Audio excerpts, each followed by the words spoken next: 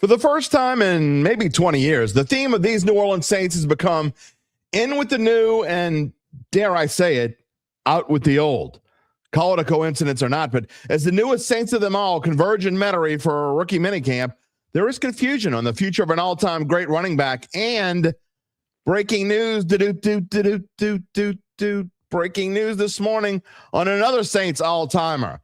We dive right into it this morning, and Gabe has a poll question for all of that relates to this. And our Friday friend, Zach Ewing of NOAA.com, is here to help us read through the tea leaves. We'll see if everything that's happened thus far has changed the Saints' odd for win totals and to be champions of the NFC South. Oh, and I have a bone to pick with the social media geniuses. You know, the people who sit and pick on one of this show's best friends. You might know what I'm talking about. It's coming up. Shocking, I know, me picking a bone with someone. Let's see how much Dattitude we can strike up on this Friday morning. Oh, that means now. Ready to hear the straight scoop on local and national sports? It's time for Jim Derry's take on the Saints, LSU, what betting lines to ponder, and more. He's got opinions, he's got insight, and he's got Dattitude. And he'll always tell you the way it is, or at least the way he thinks it is.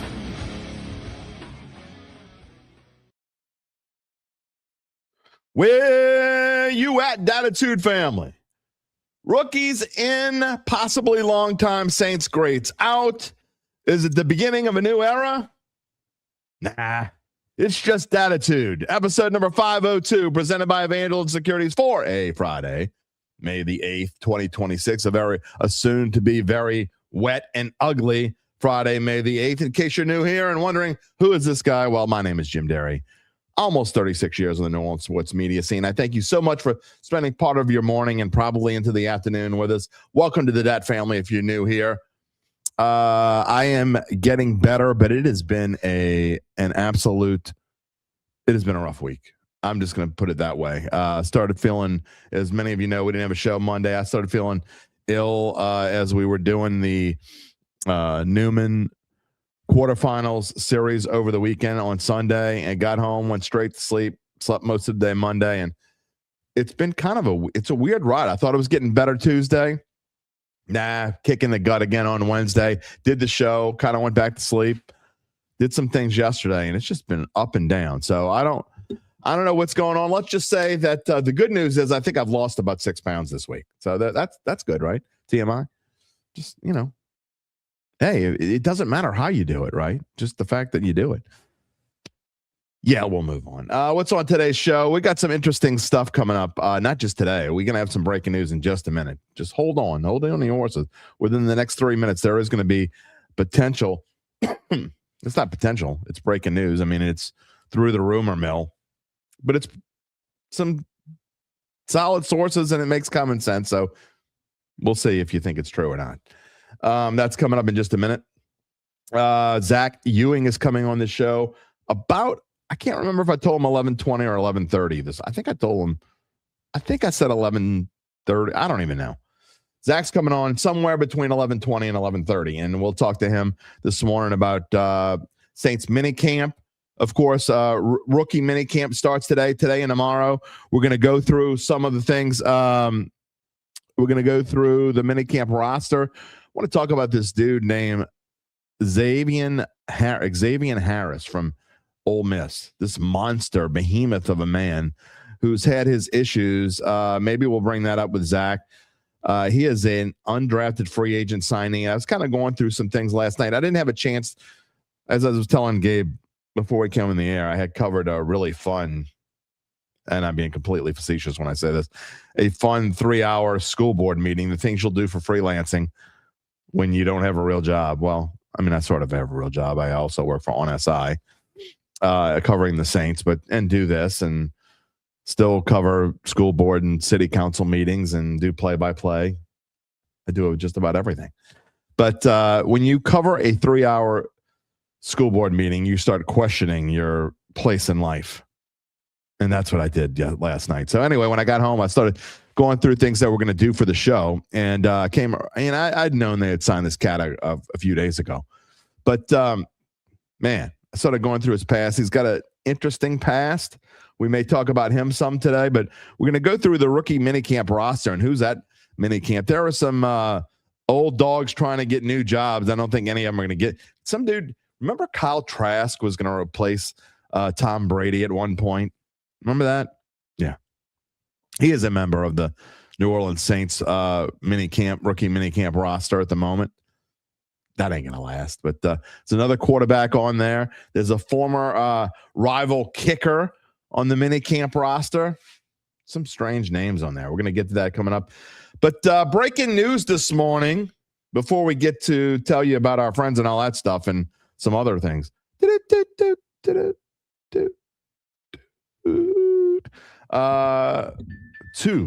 Column 2. I've had 2 people who are in the know text me this morning, or one texted me, a regular of the show, and another friend that I reached out to who would be in the know.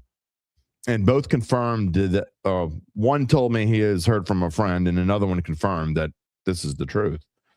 That Taysom Hill has moving pods in his driveway. Now, maybe he's just putting things into storage. Or maybe he's moving back to Provo. Or maybe he's going to try to get another gig somewhere. These are a lot of maybes, I know. But the fact that there are moving pods in Taysom Hill's driveway leads, if that's true. And again, these are, I got them from 2 sources this morning. I got to say that there are moving pods in his driveway. What does that mean? We're going to probably find out over the course of the next few days, because I'm sure it's not going to take long before the rest of the Saints media world finds out about it and tries to get down to it. Now, Saints aren't going to say anything, of course, but somebody's going to get a hold of Taysom and he will say something, I would think. At some point, somebody's going to have to say something. But that is breaking news this morning. The rumors about Taysom Hill, it's not a surprise, right? I mean, I don't think, and we've been talking about this for a couple of months now, multiple months, that we don't think Taysom, I mean, it would be a shock if Taysom Hill comes back to this football team. But I know when the final word comes down, and when the word comes down that Taysom is either playing somewhere else, retiring, or whatever it is, or going to try out somewhere else, whatever the word may be, it's still going to hurt a lot of people's feelings. The same as we talked about Alvin Kamara the other day, which leads to the poll question that Gabe has put together this morning.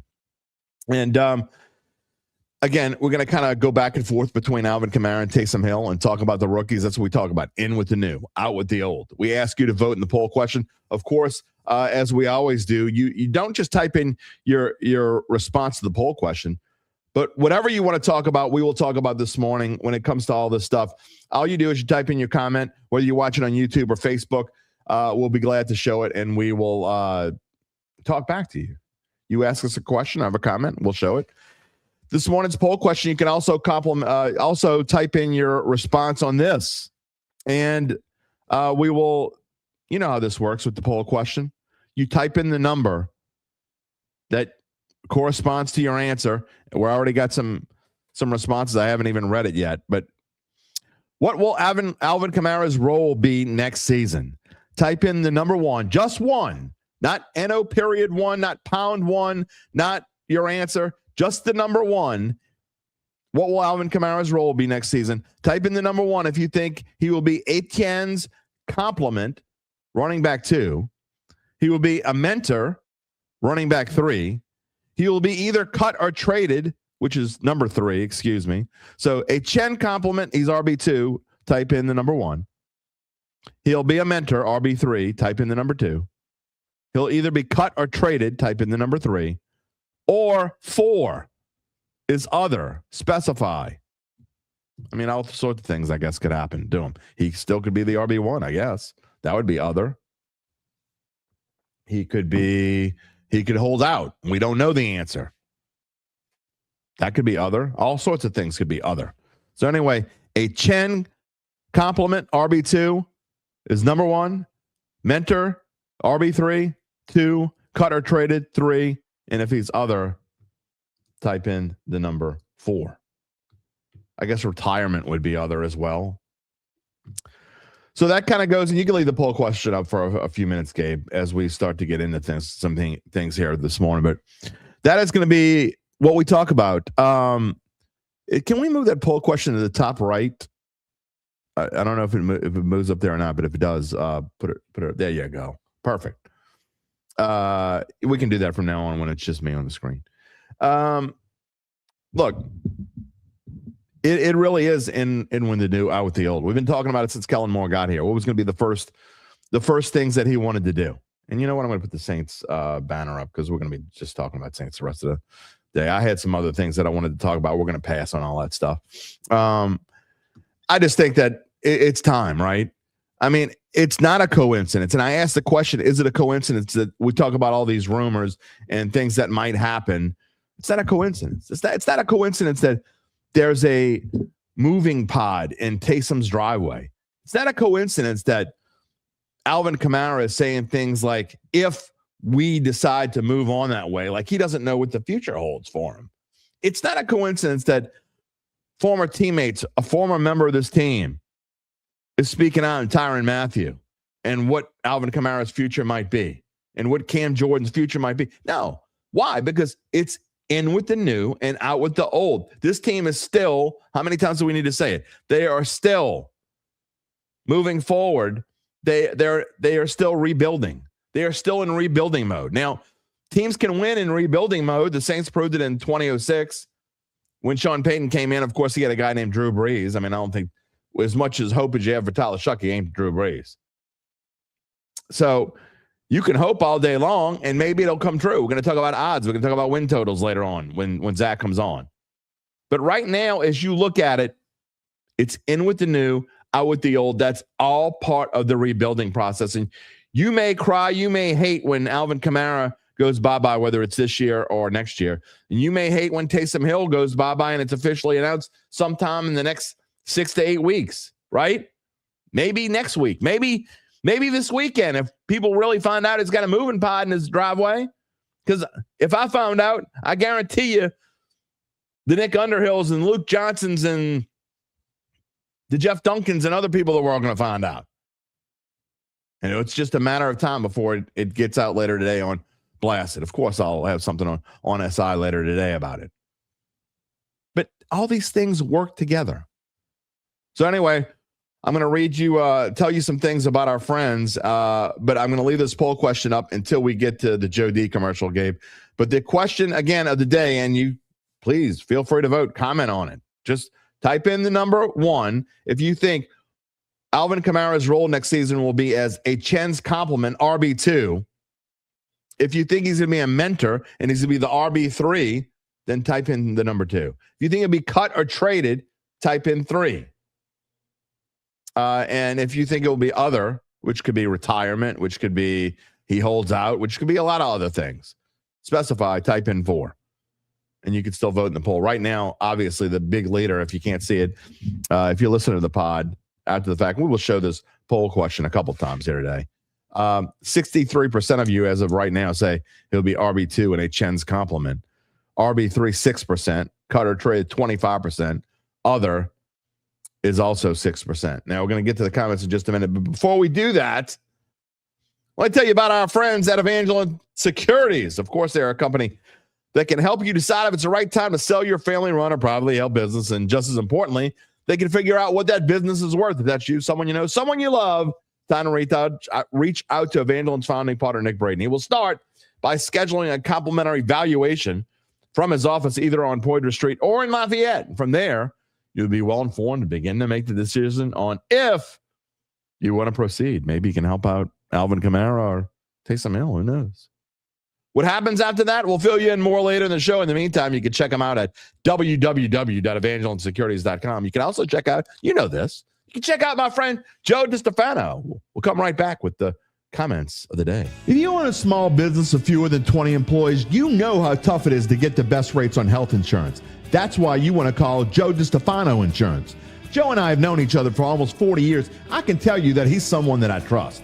Look, health insurance shouldn't be one size fits all. And with Joe DiStefano, you get access to PPO networks and flexible plans designed to fit you, not just a cookie cutter mold. Joe's licensed, he's local, but he can help you no matter where you live and operate. From preventative care to peace of mind, we'll tailor a plan that works for your life today and tomorrow. Call Joe DiStefano at 504-234-2132 to protect what matters most. Well, let's get on with the show, everybody. Time to get to them comments. Who was first this morning? Thank God it's UBN. Good morning, Dat family. What kind of chaos will he cause today? The good news is I got the clicker. Who knows? Maybe I'll cause the chaos. I mean, who knows? Rocky, good morning. You're back after a little bug. Yeah, you and me both, my friend. Maybe can you catch a bug virtually? Maybe you got it through the virtual airwaves. I think me and you maybe had the same bug, my friend. Mark Gapsky, good morning. Rookie minicamp starting, getting rolling. Nathan Thomas is here. Good morning. Happy Friday. Jody Alexander's here. Happy Friday. Dats and Dadettes. That's right. Lance is here. Who dat, baby? Mark Gapsky, 96 ouchie degrees in Las Vegas today. No thanks. Although I don't know what's worse. I mean, I hate 96 degrees. I do know what's worse. 96 degrees is worse than what, look, my last weekend of play-by-play for the entire school year. Okay. Now I may end up doing something later on in the summer. Kind of got a few things at potential, but this is the last weekend for VSN semifinals action. I got Newman and Dunham at Avenger Field. The series starts tonight. There's about a 90% chance that there's a 100% chance that rain's going to be involved in this series. Let's just say I may be spending Mother's Day at a ballpark waiting through rain delays. It starts tonight. We don't know. We have no idea when it's going to end. Just saying. Charles Mangus, good morning. Can't wait till the Dragon starts. Somebody's going to have to fill me in on that, what that means. Kyle Sherman, good morning. Bring on the rookies and the retreads. There are definitely some retreads. Good morning, Kyle. Welcome. Cecil, good morning. Feel better. I feel better. I don't feel great. I feel better. I'm here. Definitely feel better than I felt earlier in the week. Saints Minicamp. We'll get Who Dat Nation excited. Dumars will make a hire that fans hate, and the Pels will hand the Hawks a top 3 pick.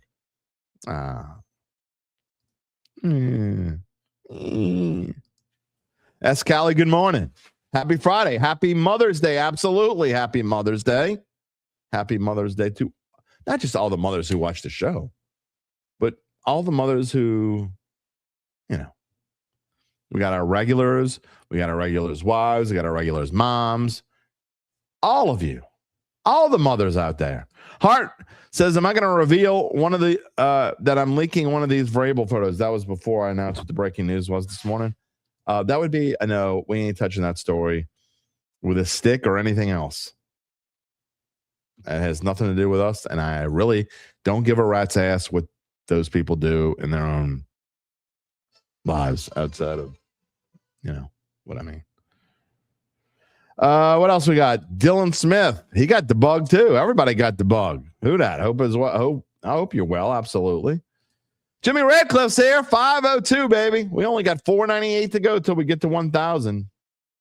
Steel Bill, good morning. Collins Bean, good morning. Who dat?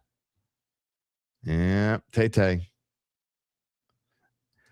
Manga says he's moving to a bigger home. Yeah, maybe in Utah. Jim Radcliffe says he's going to move to Denver. Moving somewhere. He gone. Take rumors as you will. It's common sense. Season. Sorry, big typo. Sorry, I got you, Charles. What else we got here? We got a bunch of votes as I go through. A-Town, good morning. What a way to celebrate your birthday. Drinking coffee and watching Dattitude. Well, happy birthday. It's also my brother-in-law's birthday. Happy birthday, John Anselmo. I know you're not watching, but happy birthday anyway. Well, you never know. Maybe he's not a sports dude. Good morning, Adam. We'll show the poll question again in just a bit. Zach is already in the green room. I'm going to get to him in just a moment. Larry Bro, good morning. Happy Mother's Day to all the moms out there. Can't see Alvin anything less than an RB2. I can see him not here. It's a possibility. All right. A lot of these other comments I'm going to come back to when Zach comes on, but I want to say hello to a couple people who First comments of the day. Paul Laporte, Chris Olave's contract is running on the meter. They need to pay him. They are going to pay him. Just hasn't happened yet. It will happen. Jerry's here.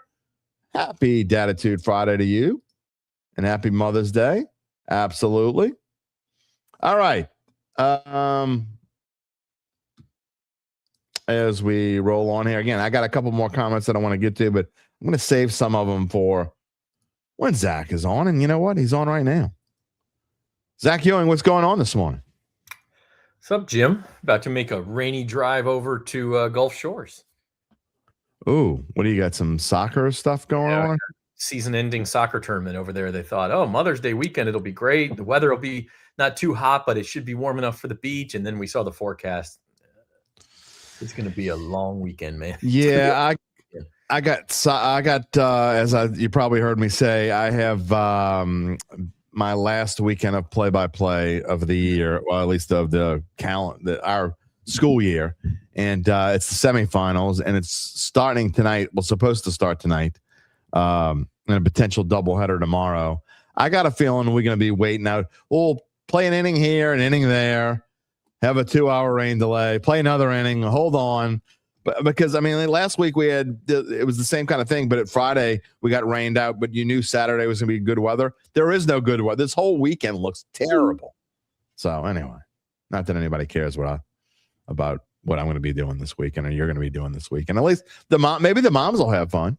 Well, is Ellen going to this tournament too? So my daughter has her year-end theater banquet at her high school tonight. So we're talking about taking 2 cars over there, and everybody likes the beach and everybody wants to go.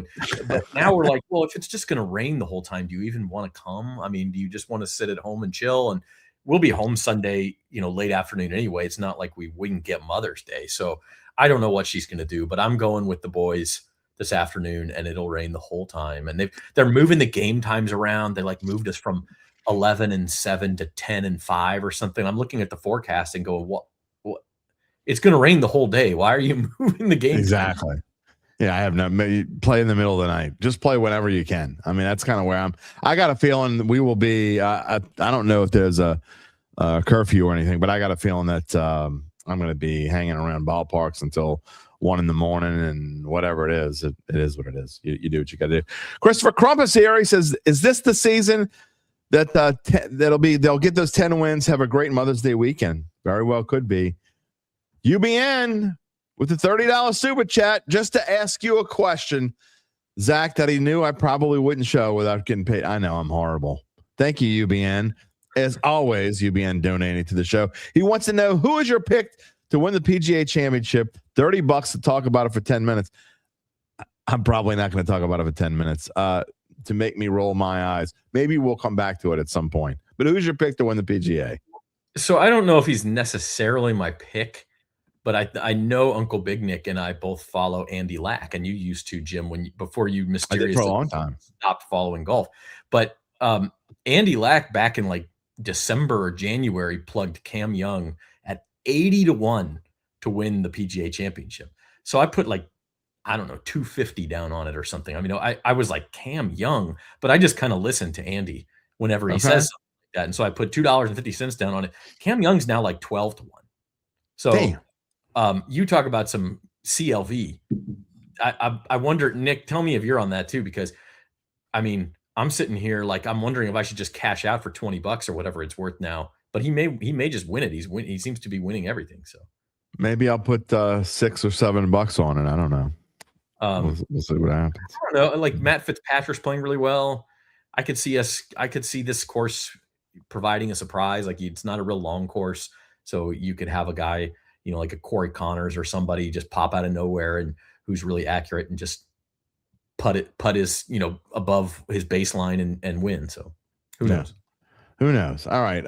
Let's get back to the Saints. Sorry, UBN. I think that was 3 minutes. That's all you get. Because we got other things. Talking about your there you go. Your video was frozen. Now it's okay. Yeah, I know he didn't. He probably moved the decimal point. Maybe you put 250 on it. Yeah, probably so. Sav wants to know, how about them M's taking 2 out of 3 against them Bravos? What a weird still, man. After getting 18 and 19 over the weekend. they get swept by Kansas City, and you get Atlanta coming in, who hasn't lost a series all year, and you go, well, they had a good road trip, they just gave it back, and then they take 2 out of 3 from Atlanta. I don't know. It's still so early. It is. And look, you think I'm getting fired? Don't get me wrong. I'm enjoying this Cubs stretch, and the Cubs have now won 15 home games in a row and have won. What is it? They won 19 of their last 22 games. They had a 10-game winning streak, lost 3 in a row, and now they've won 9 in a row. It's insane, but it's May, and I'm not counting any kind of chickens or doing any kind of happy dances or anything like that. So let's just see what happens. We'll revisit this later. All right, go ahead. You can't win anything in May. You can just lose it. Exactly. And do you like so my far, fantasy team? Lost it. They haven't won anything yet, but at least they're just treading water. Yeah, it's like my fantasy team, which has already lost it, and it's going to be 3 years. I'm out of the money. I'm in dead last by a long way. I've never finished last. This could be the year that I finish last ever. 22 years in this league, never finished last. It could happen this year. All right. Anyway, nobody cares about my fantasy team. Let's get into, as rookie minicamp starts today, I had some breaking. It's rumor news. So you can dance around this or not even talk about. I'm not going to make you talk about this if you don't want to. But so I had multiple people text me this morning, and I talked to that there are moving pods in Taysom Hill's driveway this morning. So we can take this as, and again, I'll help you dance around this. But I don't think either one of us would be surprised whether it's just he's moving something into storage, or whether he is going somewhere else, and it comes out over the weekend or in 2 weeks or whatever. I don't think any of us would be surprised. In fact, I think we would be surprised if Taysom Hill is back next year. Oh, yeah. I mean, I'm not surprised at all to hear that. And I don't know whether it's true, and I don't really care whether it's true. I mean, like you said, it doesn't mean he's moving. He could just be moving some stuff. These guys have a lot of stuff. They've got a lot of money. They've got different houses. Definitely got a lot of stuff. And so he could be moving anything. We don't know. But yeah, I would be stunned if he's on the Saints roster. He's not right now, and I would be stunned if he ever is again. In fact, I would be a little surprised if he's on an NFL roster next fall. Maybe he gets a camp tryout somewhere and impresses somebody. It's possible, but I think the first question you have to answer is, does Taysom even want to play anymore? Yeah, I can't imagine that he does, honestly. What is he, 35 now? 30. He's going to be 36, I think, next year. Yeah, I mean, does he even want to play anymore? His body takes more punishment than almost any of these guys the way he plays. And he may just say, look, I've made my money. I've scored my touchdown. It'll be 36 on opening day. And let's ride off into the sunset. And I think that's probably the most likely scenario. But any scenario, I don't see ending with him being back in New Orleans. Look, he got a chance. And look, I think the Saints did a great job. And there's administration gets blasted for a lot of stuff. But I thought they did a really nice job and a nice thing of Saints weren't going anywhere. Now, I was complaining a little bit about there was too much Taysom at certain points. But the fact that he was able to fight his way back, and if he goes out, this is a way where he can go out on his own terms, Zach.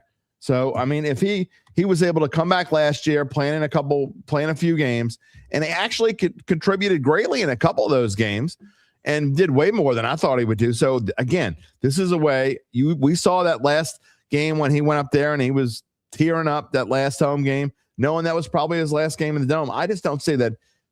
I know there are people who have delusions of grandeur. I think he's going to go to Denver and play for Sean Payton and be Taysom Hill again. I just don't think he's going to go anywhere. I lean to probably, look, I have a chance to go out on my own terms. I got a chance to come in and do something. I can quit and everything's cool now. Exactly. I mean, we saw this coming. Well, we really maybe saw it coming before, but when he had that big game, was that against the Jets?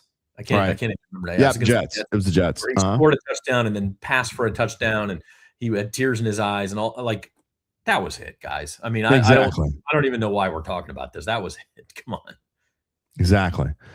So anyway, we'll probably discuss this more as we go forward, but I don't think anybody's surprised. Sort of breaking news this morning, and I see a couple people talking about it in the comments. But the Saints released this morning. Again, I'm sure most of you have seen this, but they have signed 7 of their 8. Or did they sign? No, the only draft pick they did not sign, I guess, apparently so far, is Christen Miller. I think they've signed all the other draft picks this morning. Tyson, Oscar Delp, Jeremiah Wright, Bryce Lance, Lorenzo Styles, Barry Brown, and TJ Hall. I mean, no surprise that it's a lot different now these days, Zach, when you talk about draft pick signing, because they're pretty much set in stone with the past agreement that their salary is what it's slotted to be. Exactly. There's a slot value, and that's what they get. And the reason Christen Miller is the only one who is unsigned, you see this all around the league. You saw it with Tyler Shuck last year. The second round pick is always the last one to sign, because that's the one where there's some wiggle room that the players and the teams don't really agree on as far as guaranteed money. There's only so much money he can get in the contract, but the second round picks in the past couple of years have really fought to get more guaranteed money. And I'm sure that's what that is. They're still a little bit off on that number, and they'll come to an agreement, I would think, even before training camp.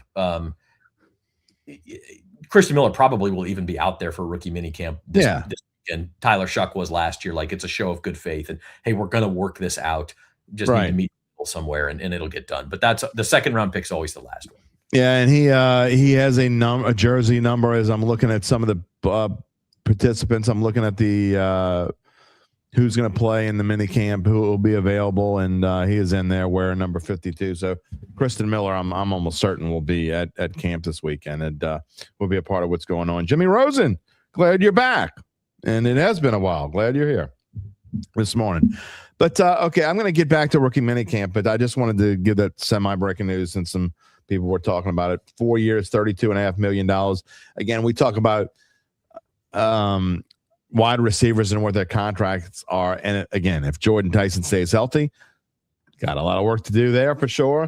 But he stays healthy. You're talking about 4 years, $32.5 million, when you're about to give Olave a huge contract of $30 million a year, somewhere in that neighborhood. So if you go 4 years, $155.5 million, right, for your two top receivers, I mean, that's not bad for a wide receiver 1 and wide receiver 2 in the grand scheme of things. No. I mean, well, and this is why we have the discussions about it. Should you draft a running back in the top 10? Should you draft a safety in the top 10? Because those positions don't get paid as much down the road. And so you end up getting more value out of the pick, because again, depending on where you pick, that contract is slotted. That's how much that guy gets, whoever it is. And so you're going, okay, well, we would save more by paying a starting wide receiver 4 years, $32 million, versus paying a starting safety or a starting running back, because those guys aren't going to get hardly any more than that, if any more than that, on the free agent market. So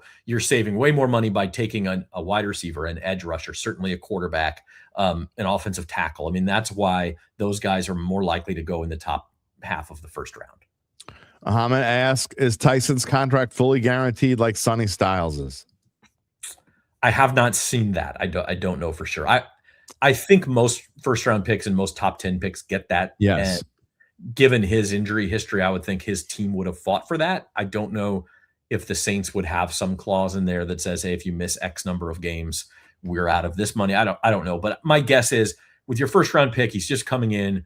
It's like you said, it's way cheaper than you would find a starting wide receiver on the market. So you're going to go ahead and give him the money, guarantee it. Everybody starts out happy, and we move forward from there. Yeah. I mean, I again, I'll look into this, Ahmed, but I'm pretty sure that yes, if not all of it, most of it is guaranteed.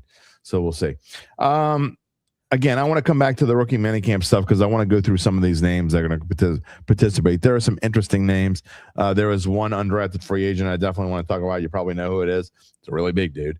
But I want to get into some things that I kind of touched on Wednesday when we were having a mono-y Wednesday. And it's all the Alvin Kamara drama, and you guys wrote about it on NOLA.com. Your Saints Insiders wrote about it. You talked about it on the Saints Insiders podcast this week. But just the whole drama of Alvin Kamara. And Gabe, can we put the poll question back up? Probably have to move it back to the bottom left. But our poll question of the day is, what will Alvin Kamara's role be next season? And the potential answers are: 1, he will be RB2 and be a Chen's complement. He'll be a mentor and play the role as a RB3. He'll either be cut or traded, which is number 3. So, by the way, you can still vote 1 for RB2, type in 2 for mentor, Type in 3 for cut or traded. 4 is other, like he retires or he holds out or whatever it is. You can specify what your answer would be. But just all the things that have gone on, what would you vote in this poll? If you were to vote, what do you think is the most likely answer for Alvin Kamara's role this coming season? I agree with the voters. It's either 1 or 3 for sure. At this point, I guess I'm leaning 1. I think Tyrann Mathieu was right about some things, and one of them is that I wouldn't put it exactly like he did and said the Saints don't have the balls to cut him, but I think what it really is that the Saints have a tendency to be more loyal than they need to be to their veteran players. And we've seen that going back decades now. Well, at least a decade now. We've seen that over and over again. You know, they did cut bait on Michael Thomas. They did trade Marshawn Lattimore, but those guys also were like not always perfect citizens. And so it was a combination of like their play had dropped off and they were kind of like, do we really want this guy around anyway? And in the case of Alvin Kamara, it's like the guy's always been great in the locker room. He kind of quiet, keeps to himself. He's a little bit of a weird dude, but he's not a problem, certainly. And his teammates seem to like him. And so I don't think that that's a situation where they would, be quick to do it.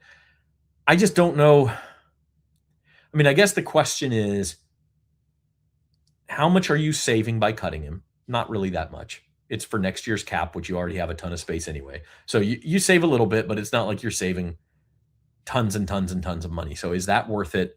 And then the other question I have is, do you feel like you have another guy on the roster who can serve as a viable RB2? And is that Kendre Miller? Where is he at in his recovery from his surgery? Is that Devin Neal? Is that Audric Estime? And if you think the answer to that question is yes, then you're much more likely to say, okay, Alvin, thank you for your service. We wish you well, but there's no room for you at the end. Yeah, no, and I think that's a valid point. I don't think anybody's making too much of it I saw some people get ticked off on social media that I want to get. There's not something else about social media that happened. I teased in the open that I want to talk about, but the Honey Badger, Tyrann Mathieu, coming in and talking about his opinion. Obviously, he's got friends inside the building. He hears little birdies chirping.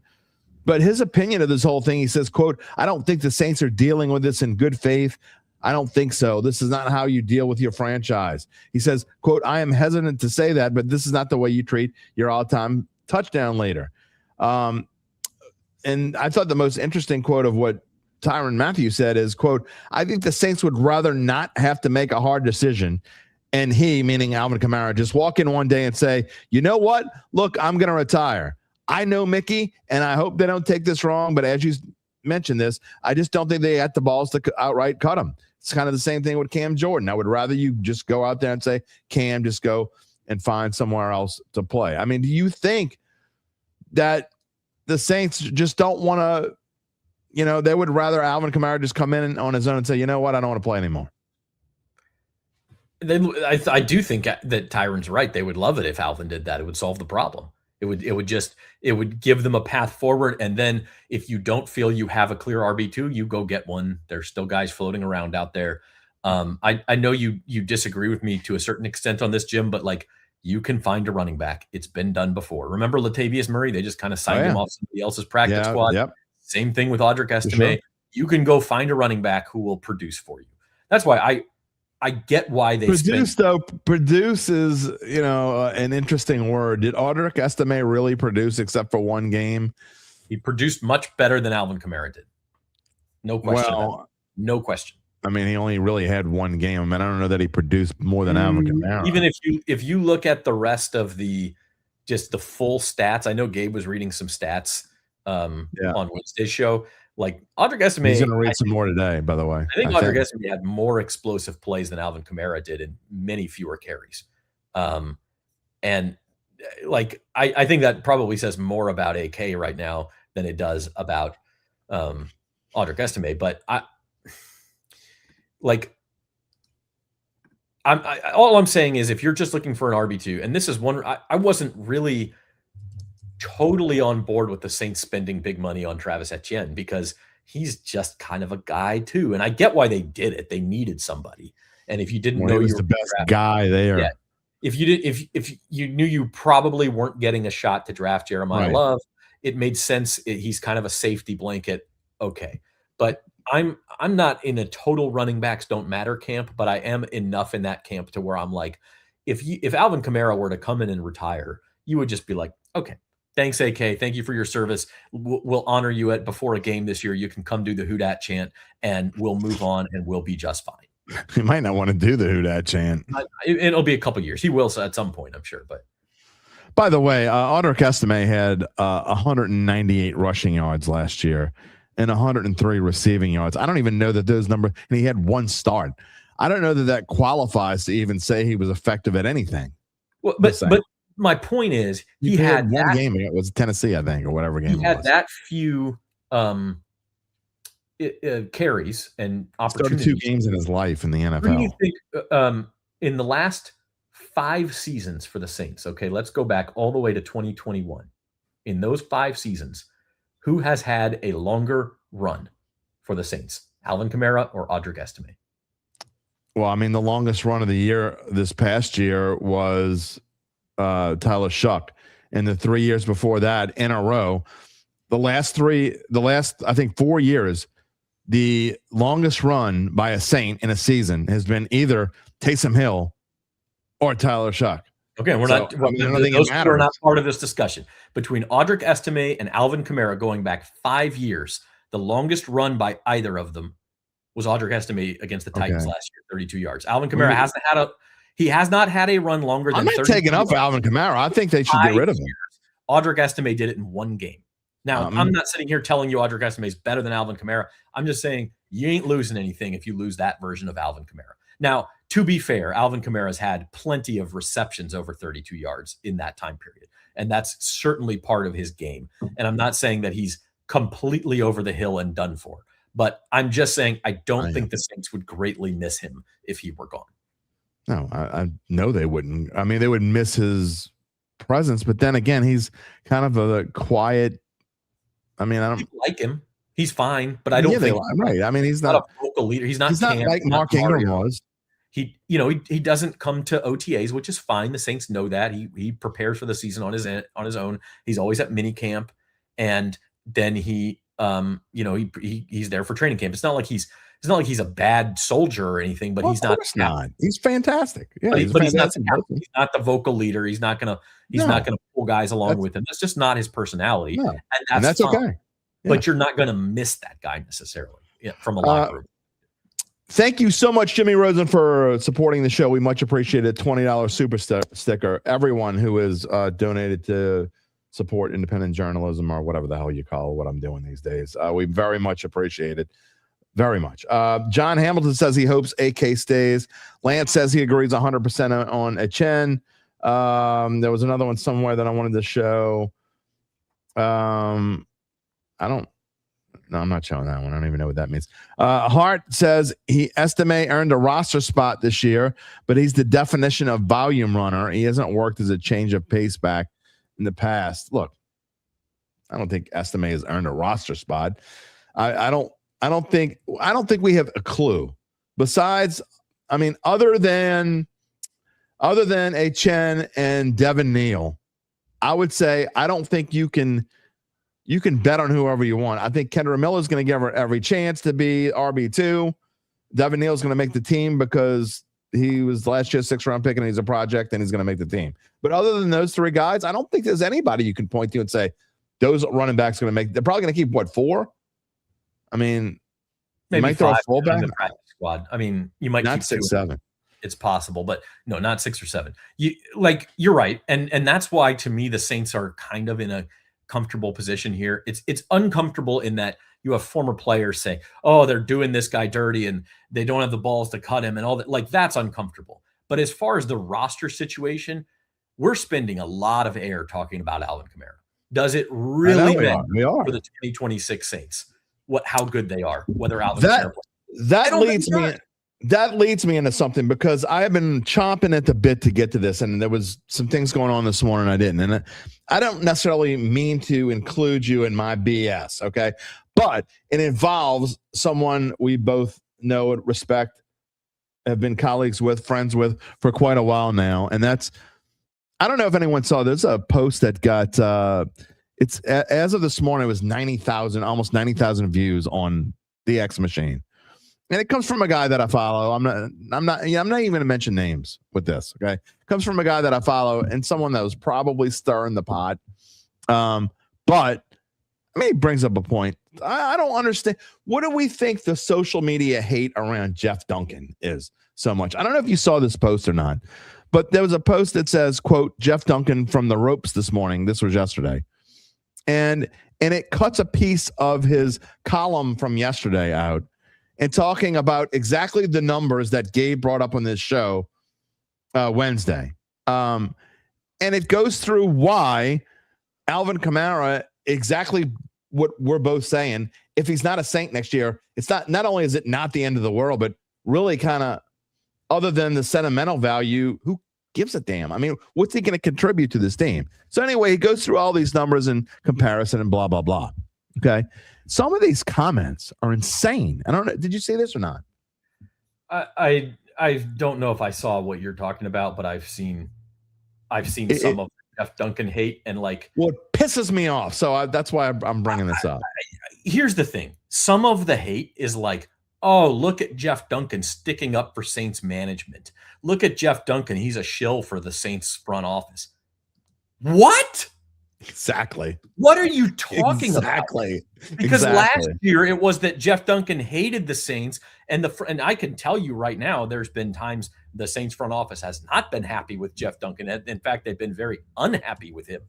Just part of what I deal with in my job, and that's fine. That's what a good columnist should be. Okay, 100%. He should be giving his opinion, and sometimes that's going to side with the team, and sometimes it's not. And that's what Jeff does. And Jeff is a freaking Hall of Famer, okay? And if you want to come at him, and if you own a car dealership and you love Alvin Kamara and you want to say Jeff Duncan is an idiot, you know who I'm talking about. Well, that's your prerogative. You can say whatever you want. But that doesn't make Jeff not a good columnist. You don't have to agree with him, certainly, but that's what makes him a good columnist, is because he's not going to back down from his opinion. And by the way, his column about Alvin Kamara yesterday had some opinion in it. There was a lot of facts in there too. There was a lot of facts about a whole ton of facts over the last 2 years. You should go read it, and you are free to your own opinion. You are not free to your own facts. And so those facts have to be considered when you're talking about Alvin Kamara. A couple of my favorites. Okay, of course, you got the time to pull out the old Mike Thomas quote, Jeff Duncan is a hoe tweet. Oh, well, how many games did Michael Thomas play in the NFL after he tweeted out Jeff Duncan is a hoe? That would be 0.0. You know who's a hoe? Michael Thomas. Well-known bastion of reason and logic, Michael Thomas. It was funny. But I mean, it was just funny because he's just popping off and saying nonsense. I mean, that's the point, is if you are a good columnist, people are going to hate on you. And Jeff knows that. And we all know that. That's part of the game. And if people aren't hating on you, you're not doing your job very well. Okay. There are people in the media. There are people in the Saints media who very, very rarely get any hate. To me, if you're paid to, now some of them aren't paid to give their opinion necessarily, but if you're paid to give your opinion and nobody ever disagrees with you or hates on you, then you're not doing it right, in my opinion. If you think Jeff Duncan is just a hater, you're wrong. Okay, here's some other ones. And you talk about fact, you're not entitled to your own facts. This one I think was my favorite. I don't usually respond to just moronic, stupid shit, but I couldn't help myself with this one. A quote. I don't need to say who it's from. I don't know who this person is anyway. It doesn't matter. Quote, AK is still fresh. He shared a lot of carries in the latter part of his career. It's not a reflection of his ability at all. If he wasn't splitting carries with Taysom the last few years, the stats wouldn't permit this kind of hate. I want to see him outperform Chen this season. And I had to respond, and I said, Taysom wasn't even playing for half of AK's starts last year, and he had just a handful of snaps in the others. No running backs still are fresh at age 31, unless at least none not named Derrick Henry. Fresh. When's the last time Alvin Kamara has been fresh?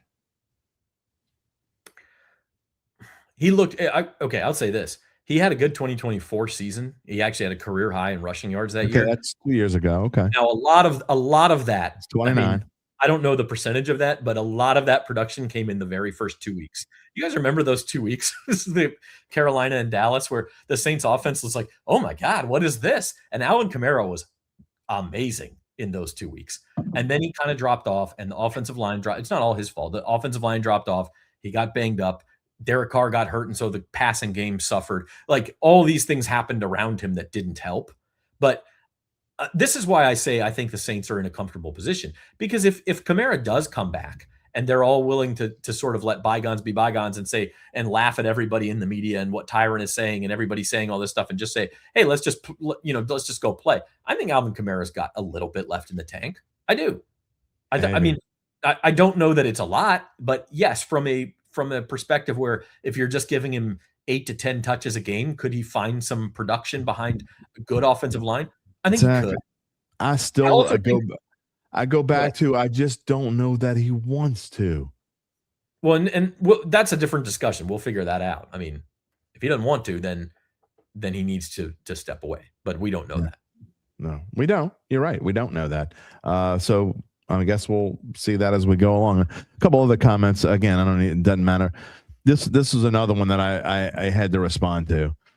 So, and going to what the Honey Badger said. In fact, let me read the quote before I say this.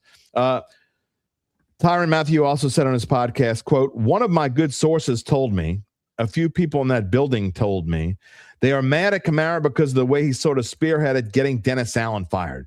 So you got somebody fired, but you didn't produce neither." And so one social media genius says, quote, "So front office and some fans mad because he supposedly helped get rid of DA's sad ass. I want to find one fan, not two, not four, not a couple, whatever.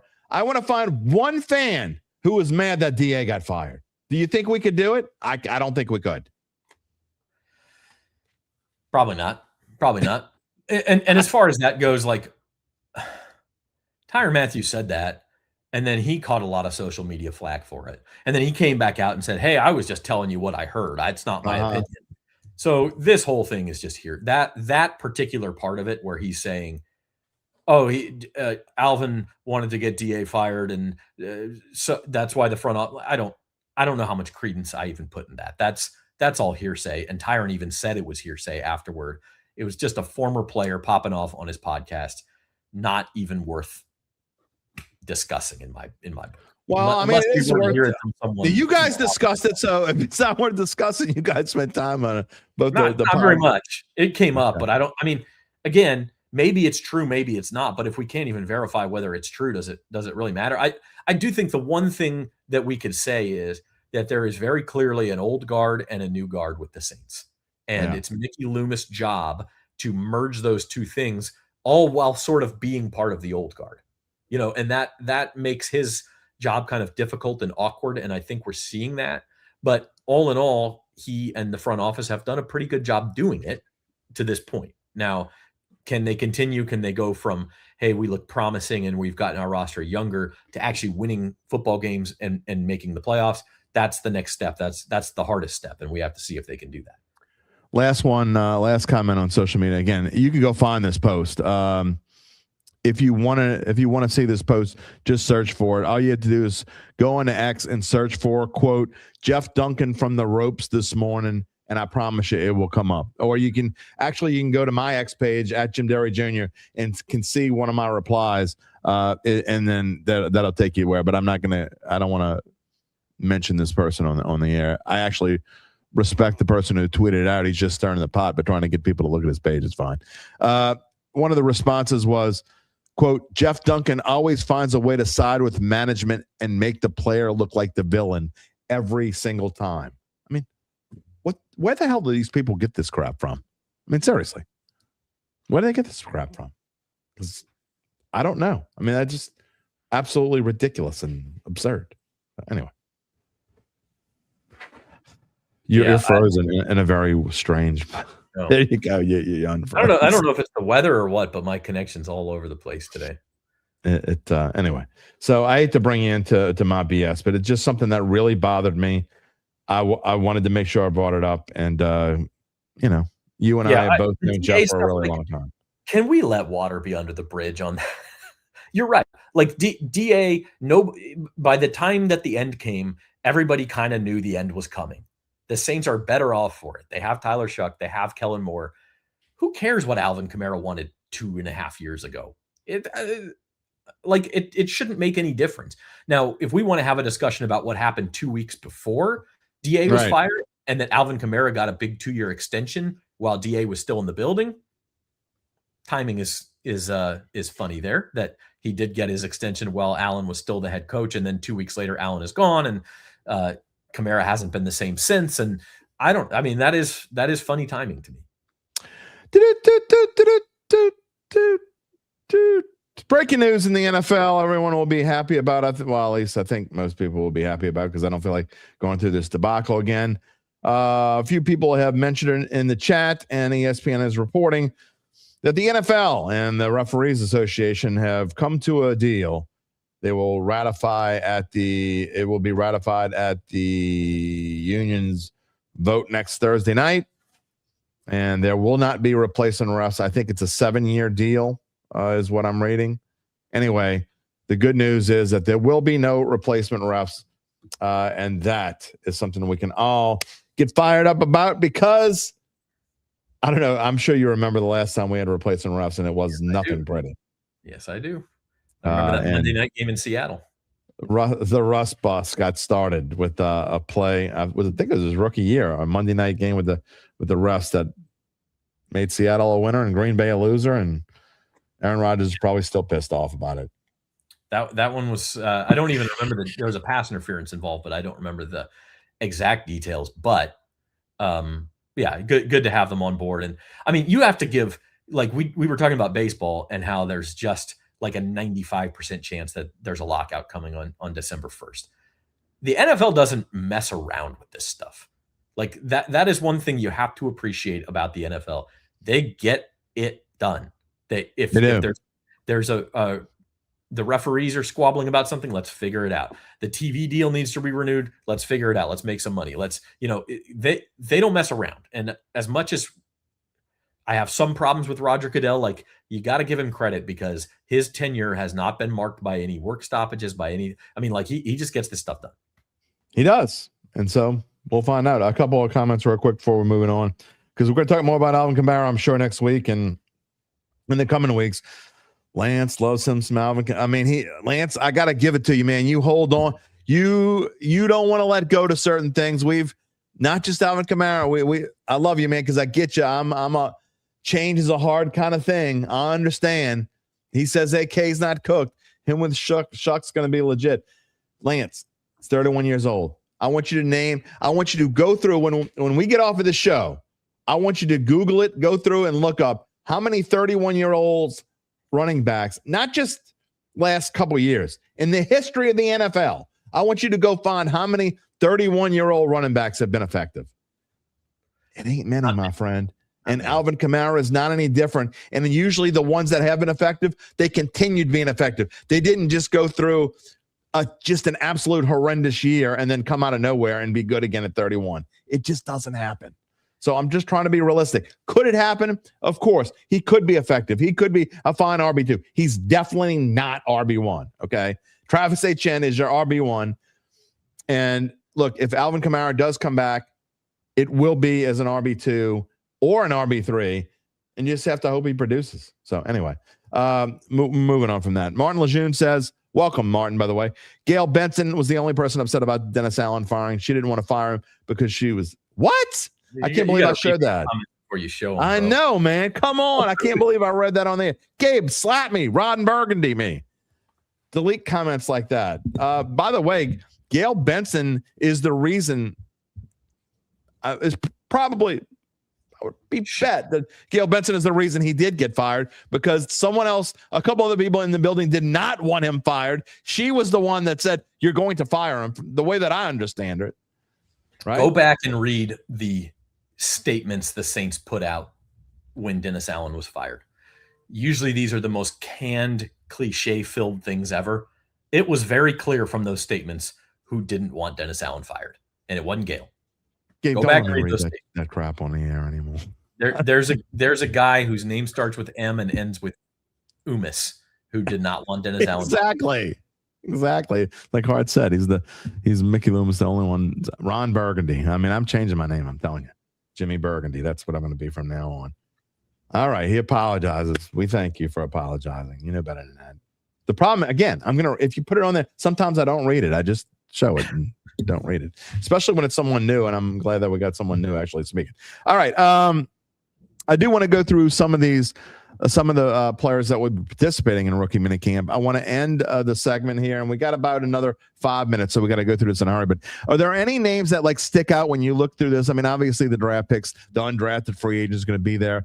I did want to talk real quick about the biggest one of them all, and that's this dude who's 6'8" and 330 pounds, and I believe his name is pronounced Xavier Harris from Ole Miss. The dude's just huge. Now, he's had his issues is the reason why he went undrafted. But I know a lot of teams were hoping that they would find a way to sign him. And it's not your typical Saints signing, but he's a guy that if he's got his stuff together, I mean, this is a guy who potentially could be a starter in the NFL if he does have his stuff together. I mean, where our football games won. They're won in the trenches with the big dudes in the trenches. If you dominate the trenches, it doesn't matter whether Alvin Kamara or Audric Estime or Kendry Miller or Devin Neal is your running back, because they're going to find holes. And on the flip side, if you have a guy like who I'm just going to call him Scrabble, because what an amazing Scrabble score that name would be. If you have guys like him and Christen Miller plugging up the middle and making it difficult, I don't care if Saquon Barkley's on the other side. He's not going to have a good day. So, like, you know what I mean? This is you're just adding depth. You're going to see how it works out both off the field with Harris and on the field. Like, you know, is he as good as we think he could be? Like, I think he's a guy who would have been drafted probably day 2 if he didn't have off-field issues. And so he's a legit draft pick. He's like I think I saw somebody say he's like a free draft pick. He's a 3rd round draft pick. Hey, see what you got. There is zero risk here. If he acts up off the field, he's gone. If he doesn't work out on the field, we don't need to get into his off the field problems. You can go Google them and find them yourself. I mean, I got about 5 more minutes with Zach, so I'm not going to waste time talking about that. But you look through some of he played 52 games at Ole Miss, 123 tackles, 5.5 sacks. But here's the thing, Zach: 17.5 tackles for loss, and 4 pass breakups, but the 6 blocked kicks. So you're also talking about someone that can fill in the nose and play in the middle there on special teams. All sorts of things this dude could do. Yeah, for sure. And you need depth. And like we saw Vernon Broughton go down last year. Yep. And I think Devon Godshaw was okay, but the Saints were still not great stuffing the run in the middle. You need depth. Guys are going to go down. They're going to get hurt. Same thing on the offensive side of the ball. One of the other undrafted free agents that I think the Saints paid more than any of the others was an offensive lineman. There's a reason for that. They know they need depth there because they're still a little bit thin on the lines. Yeah, and then a couple other, you want to talk about interesting undrafted free agents that may play for the Saints. There are a couple guys. There's some guys on the defensive line as well, but I believe you might be talking about Alex Wolschlager from Kentucky. That guy, 6'7", 310. I mean, that's a guy that could make the roster in the long run. So other guys as well. But second to last thing, tryout players that I find is interesting. Young Wei Koo, former Falcons kicker, is on this list. He's going to get a tryout with the Saints. How about Easton Stick, quarterback, as if the Saints don't. Guys, I'm sorry I never showed some of the quarterbacks before. There was quarterback talk from before about Zach Wilson / Spencer Rattler. We'll talk about that, I promise. When Zach gets off the air, I'll bring that question back up. But also Kyle Trask. Zach, remember when Kyle Trask was going to take over for Tom Brady when he left? Yeah, that didn't happen. But some interesting names on this list. None of whom will play for the Saints in 2026, right, unless there's a big change in plans. The tackle I was talking about, by the way, Alan Herron from Maryland was okay. Guy's name. Yeah, he's the one they paid, I believe, more than any other undrafted free agent, and that's always 6'3", 308. Yeah, yeah. Your key is to look at something like that and be like, okay, they really wanted that guy because they probably outbid somebody for him, and so they were interested in getting him in. So I would keep your eye on Alan Herring.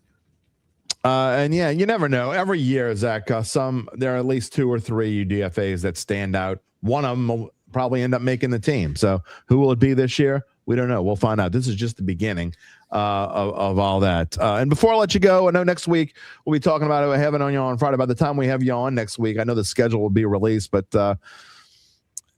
and going through, and I didn't make a chart for this, but I think it's a big deal when you talk about who the Saints could play and how it's when they play them. And I know the theory is that y'all know that I don't go by last year's records. I go by win totals. I have not yet done my win total and rank them 1 through 32 and who has the easiest schedule. Supposedly this is the second easiest schedule in the NFL, but I ain't buying it. I mean, you talk about who the Saints play at home, and you talk about Packers, Vikings, Steelers at home.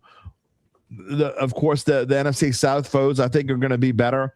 And then you go on the road. You got to go play the Ravens on the road, the Bears on the road, the Lions on the road, the Bengals on the road. That is not the second easiest schedule in the NFL, Zach. And what's worse is if they put this schedule together, whether it's Wednesday or Thursday or whatever day it is this week, and it comes out, if it's loaded up front, we could have a similar situation to last year. By the way, they said they just announced a few minutes ago the schedule will come out on Thursday. So okay, there you go. So Thursday, May the 14th.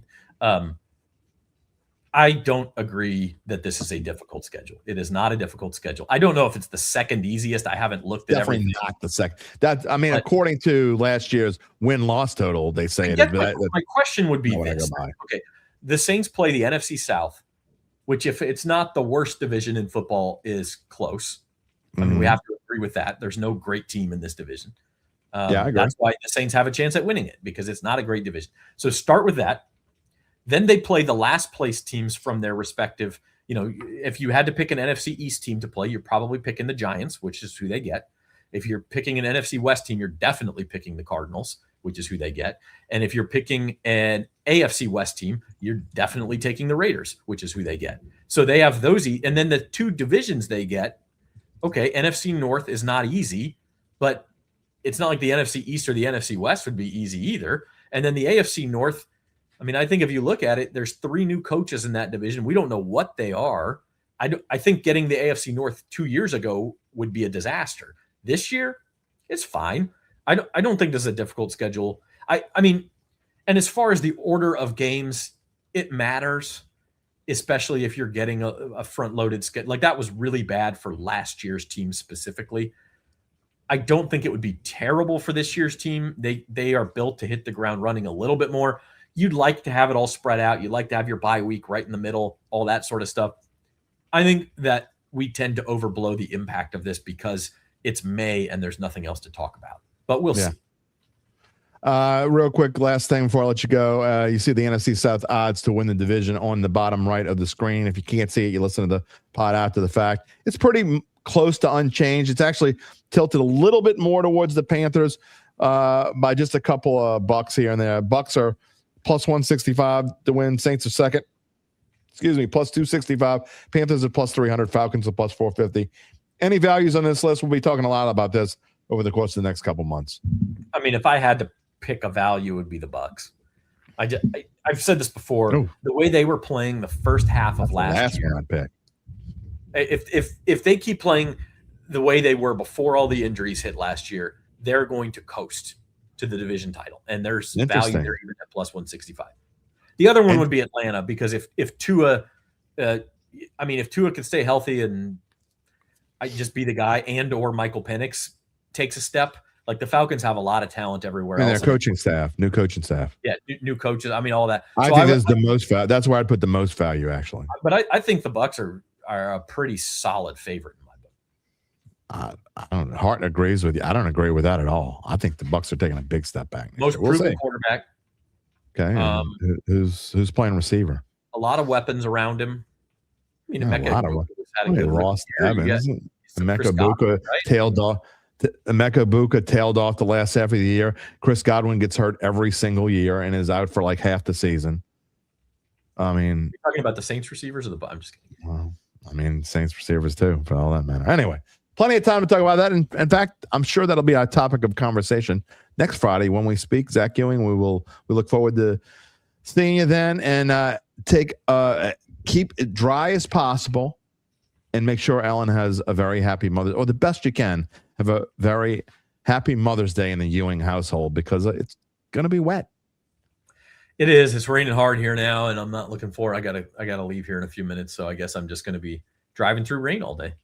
All right. Well, let me know how that goes, and we'll see you next week. All right. Happy Mother's Day to Dre also. All right. Thank you.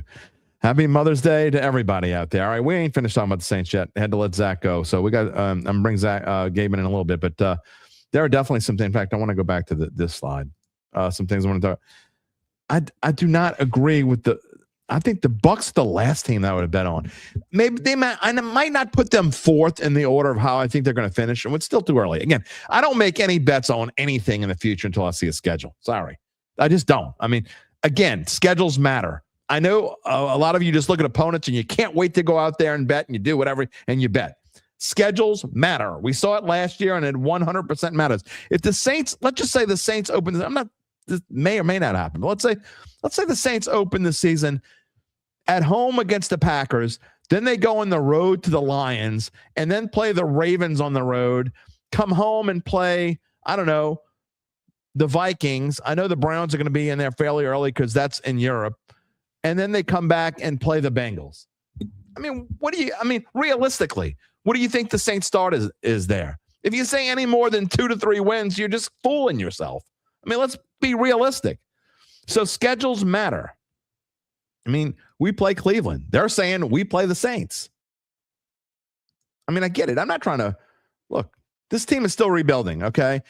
I think 2027, I really believe that 2027 is going to be I think 2027 is going to be a fantastic step for this team.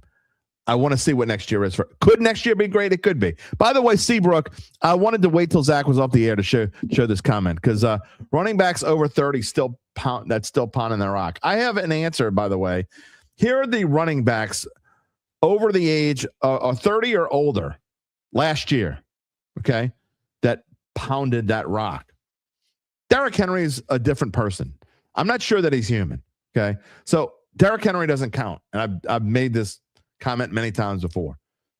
And you can go back in the history of the NFL, and obviously I'm just pulling last year out of the air. But this goes to show what Alvin Kamara is up against, in my opinion.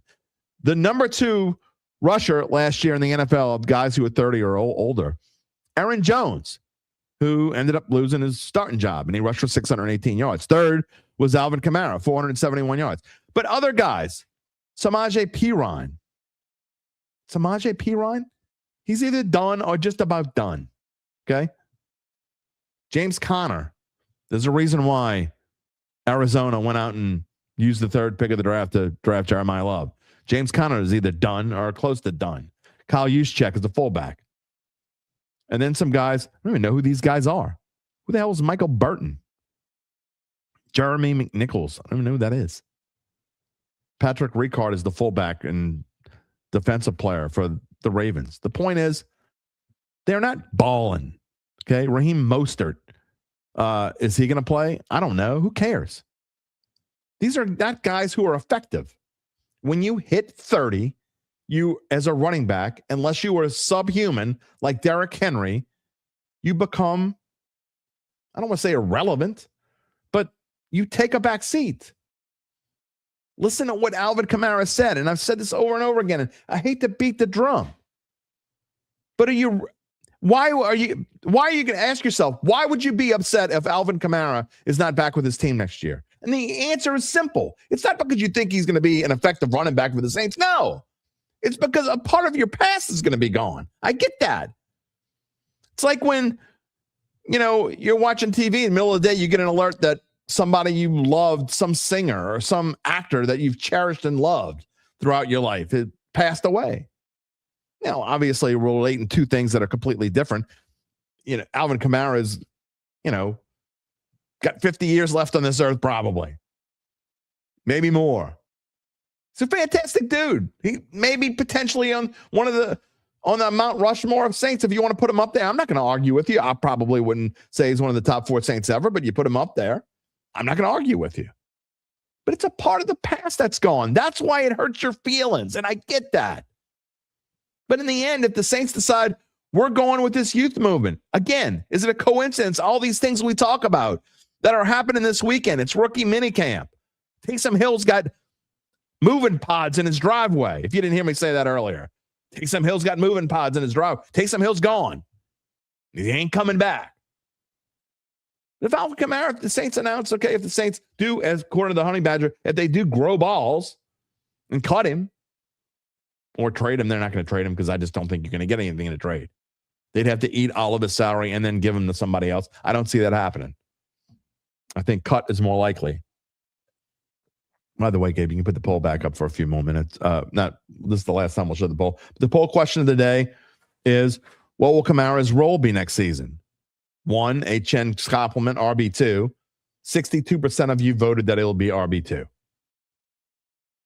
Or 5% of you voted he'd be RB3. 29% cut or traded. 5% said other. You know what? I would either say 3 or 4. And other could mean he either retires or doesn't show up or doesn't want to play or whatever it is. That could be other. It just doesn't feel like Alvin Kamara is going to be part of this team next year.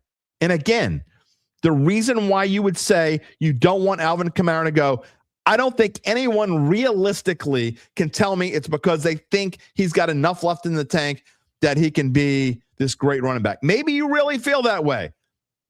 Maybe I'm wrong. I can't tell you what you feel. I can say what makes common sense, and I get it. You don't want change. But Alvin Kamara is never going to be the old Alvin Kamara ever again. Well, I mean, he's going to be the old Alvin Kamara. I mean, like, as in literally the old Alvin Kamara. He's never going to be the Alvin Kamara you saw even 2 years ago. How many times have I said on this show, how long have I been saying this about Kamara and any other running back that's not named Derrick Henry? I said it when he was 29 and he was about to be 30. Well, now he's about to be 31 on July the 25th. There's something about that number. When your age hits the first numbers of 3, more running back more than any other position, and I mean it, more than any other position, it matters. Stats back it up. Numbers don't lie. Gabe told you his effectiveness last year, and there was no effectiveness. He was not effective. The longest run on your team last year was by Tyler Shuck, your rookie quarterback, and it was only like 23 or 24 yards. It wasn't like it was some breakaway 60-yard run. No. Alvin Kamara hasn't had the longest run in the team, I think, since 2020 or 2021. It's been a while since Alvin Kamara has had the longest run in this team in a season. Because before that, for 3 or 4 years in a row, it was Taysom Hill. That says a lot to me. And then you listen to the words, and I see people are leaving. They don't want to hear me say, they don't want to hear that crap. Don't want to hear Alvin Kamara's not good. God forbid. I'm going to be labeled a hater like Jeff Duncan. Not a hater. You're just spouting facts. Spouting facts. Seabrook, you're talking about the past. This is in the history of the NFL. Derrick Henry. Well, you know what? I'll make a chart next year. Walter Payton. Adrian Peterson was not good after he was 30, by the way. I mean, I could be, you know what? Live TV. I want to look this up. Adrian Peterson. What were his stats when he hit age 30? At age 30, he was good. After age 30, he did have one good year. He rushed for 1,000 yards. The rest of them were all pedestrian. So you're right. He did have one really good year with the Washington Commanders in 2018. Frank Gore, Tiki Barber, Curtis Martin, John Riggins, Marcus Allen, Ricky Williams, and McCaffrey, you can't count because he's not 30 yet. He's going to play his 30-year-old. So that you can wipe that off. So that's 1, 2, 3, 4, 5, 6, 7, 8, 9. 9 players, even if all 9, and I'm not going to go into all the stats right now, but even if all 9 are correct, even if that is the case, 9 running backs in the history of the NFL were worth a damn when they hit 30 or beyond. And again, this is 31. This is another year added on. You're talking about a guy, not only that, a guy that doesn't seem like he gives a damn. Hate all you want. Hate all you want. Yeah, CMC is going to be 30. He played last year. At this time last year, he was 28. So we don't know what he's going to do. M. Schnellner, welcome to the show from Tallahassee. We're glad you're here.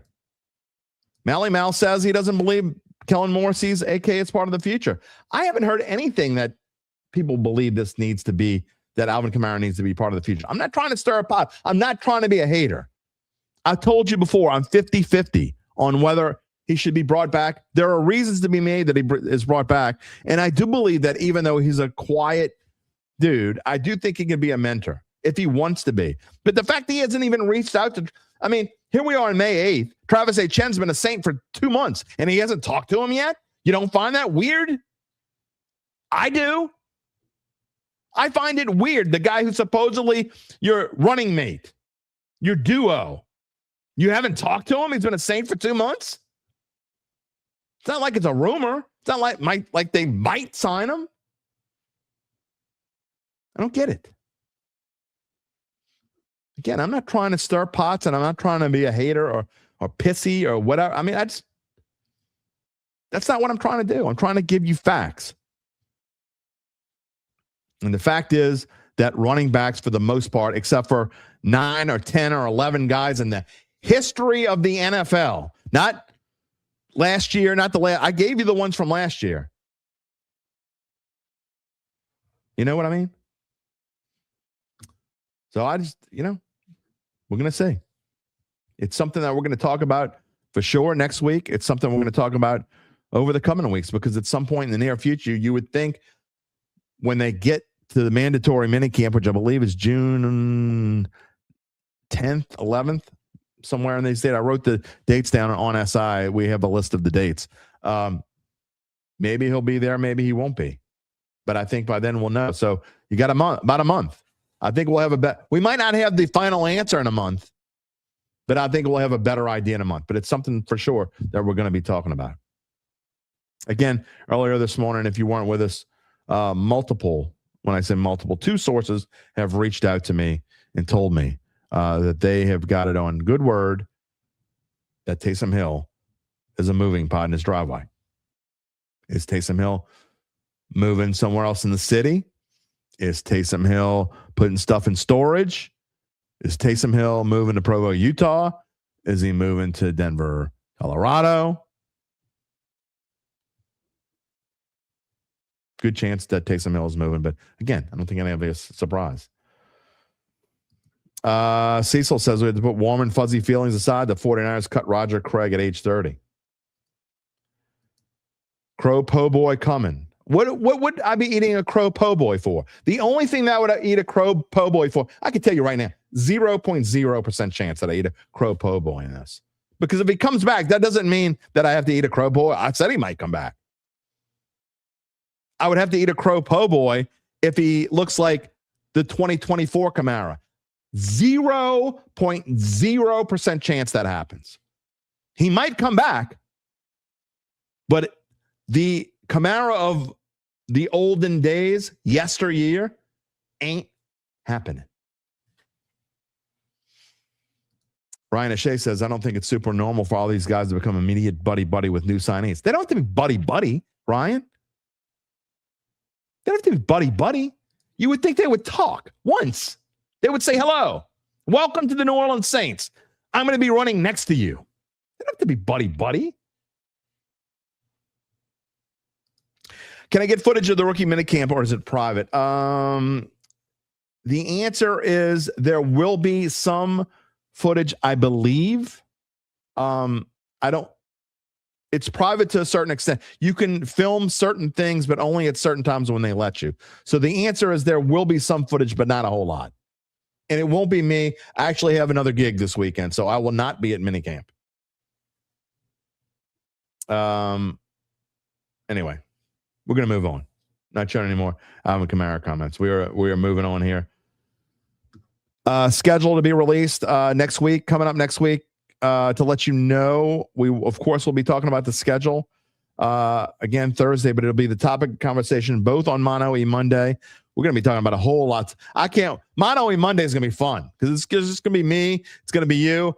And I mean, let's get real. It's going to probably be a lot of the same kind of comments. We'll probably have breaking news of sort. Gabe will be here. We'll have a poll question. And we will, I promise, sort of, that we will have that date on Monday. With the right to rescind my promise, just like I did today. In case you didn't know, the home opponents, I didn't make a schedule. I didn't make a chart for this. But, of course, Atlanta, Carolina, Tampa Bay at home. Cleveland is supposed to be a home game, but it will be at a neutral site in Europe. So in the Dome next year, along with the regulars, will be Arizona as they were last year. Could they open up against Arizona 2 years in a row? I doubt it, but it's possible. Green Bay, they will play the Las Vegas Raiders. They will play the Minnesota Vikings, and they will play the Pittsburgh Steelers. In the Dome, looks like it's going to be Aaron Rodgers. It's starting to look more and more like Aaron Rodgers is going back to the Steelers. Is anyone surprised? Maybe not. Who knows? Maybe by the time they play Pittsburgh, he won't be the quarterback. That could turn into a real mess at Pittsburgh. Then on the road, the obvious three division opponents. But the Ravens, the Bears, the Bengals, the Lions, and the Giants. Other than the Giants, I don't care what anybody says. Those are four teams that I fully expect to either be in the playoffs or be in the run-in for the playoffs until the last week of the season. I think the Ravens are going to be, I know they got new leadership. I think they're going to be a lot better. I know the Bengals are going to be, well, I'll say that, but I guess old Zachy could screw everything up. He screwed things up before. Will Joe Burrow stay healthy? So I guess it's not, but Detroit and Chicago, I mean, we know what the Bears are. They were right there to the end. Detroit's going to be better. Detroit supposedly, quote unquote, has the easiest schedule in the NFL. If you go by last year's records, which I don't necessarily know. I have no, what are you talking about, Adam? Why do the Saints get screwed on the schedule every year, single year? What does that even mean? I don't understand what that means. They definitely do not get screwed on the schedule. The schedule is a formula, by the way. The opponents that you play, they're a formula. I'm not really sure what that means. And I got to say this about once every month and a half to 2 months. And today's a good day to say it. Repeat with me, Gabe. The NFL does not hate the New Orleans Saints. They feel the same way about the New Orleans Saints that they feel about every other team. I mean, Gabe says the schedule isn't going to come out. How can they already be screwed? Just say, there it is. NFL hates the Saints alert. Daryl says the Saints could win all their games at home. I mean, sure. I doubt it. Sure. I mean, if you think the Saints are better than Green Bay, Daryl, I love the optimism, my friend, but no. They're just not better than Green Bay. That would be an ups. I can tell you right now, if we're going to go by what I think lines are going to be, and the lines come out right after the schedule comes out. Usually we get lines. But the Saints are probably going to be favored at home against Carolina. Barely. That'll be close. Atlanta. They'll be favored at home against Arizona. This is preseason. They will not be favored against Green Bay. Pittsburgh close. Vikings close. So, I don't know. Anyway, all right, time to move on. Again, we got lots of stuff to talk about next week, and I can't wait. And on Wednesday, if you didn't hear me say it earlier, Devin Hold the Mayo Snow is going to be with us next Wednesday, and I can't wait for that. That is going to be a whole lot of fun. We told you earlier we're letting you know more about how Evangeline Securities can help you figure out what your family run or probably held business might be worth, whether it's time to sell. How do they do it? They go outside and they figure out how much water. No. They don't. It doesn't have anything to do with the rain outside. After their complimentary valuation of your company, if you decide to proceed, native New Orleanian Nick Brady and the folks at Evangeline, they will begin an extensive auction process from established private equity funds from around the whole wide world. They'll maximize the return for the founder and his or her family. Evangeline Securities, well, they're the top producer on their platform. There are very few companies like them in this area, and 0.0 with their dedication and success. They are fully licensed. They're ready to serve you. So get in touch with Nick and Ron about what's really important, and it's not what the line will be against the Arizona Cardinals or the Carolina Panthers or the Atlanta Falcons. No, you know what's really important? The rest of your life. You can find them at www.evangelinesecurities.com. When do they put on the pads, Reginald wants to know. Not till July, my friend. Cannon, glad you're here. Thank you. Muhammad, you're going to miss the Shalmation guy. Well, you can watch it after the fact. You can always watch it after the fact. Goodell hates Sean Payton. No, they don't. Goodell doesn't hate Sean Payton. It's not true. It's not true. Stop saying it. All right. Time to move on. Here we go. What is on your mind, Gabe Henderson? Well, move on of sorts. We're gonna circle back to Kamara. Don't you worry. Circle back, baby. However, I will include a nice little buffer here, and I bet if you don't know this, I bet someone in the comments will definitely know this because so it was a pretty notable run. Just going back to an earlier comment by Daryl, do you know the last time the Saints were undefeated at home in the regular season? Saints undefeated at home in the regular season. I'm going to guess 2019. Oh, it's not as recent as that. Okay, hold on then. If it's not 2019, it's got to be 2013. You are correct. It was 2013. It's the last time that they went undefeated at home 12 seasons ago. This team ain't 2013 Saints. That team went not quite. That team went 12-4, I think, or 13-3 maybe. 13-3. Were they 13-3? And they were outstanding. But anyway, they were 11-5, 2013. Well, there you go. Lots of guesses. UBN got it right, but he might have cheated. I doubt seriously that UBN knew the answer to that, but maybe he did. Well, speaking of UBN, for some reason, he texted me and asked me to look up a very specific stat. Okay. And so I've got his answer. He asked me to look up, and this transitions into our next topic. Asked me to look up the last time Kamara had a rushing touchdown of 40 yards. I don't know why 40 is a very specific number. However, 2020 is my guess. 2020 is the correct answer. Do you know what game he rushed for a 40-yard touchdown in? The Vikings? Was the Vikings game. It was his 6th touchdown game. Yep. Since then, his longest rushing touchdowns, it's basically declined every year except for 2024. It's a weird, doing a deep dive as I have in the background here over the last hour and a half of Alvin Kamara statistics.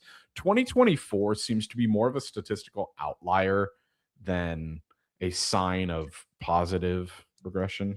So 2021, his longest was 30 yards. Then it was 16, 17, 23, and last year it was 18. So he's not exactly busted off explosive plays. But let me ask you a question because I want to back up. Ask me a question. Go ahead. Ask me a question. I want to back up your stance with some numbers. Why do you think Alvin Kamara should be a part of a running back committee behind Etienne, so to speak? What do you think he brings to the table?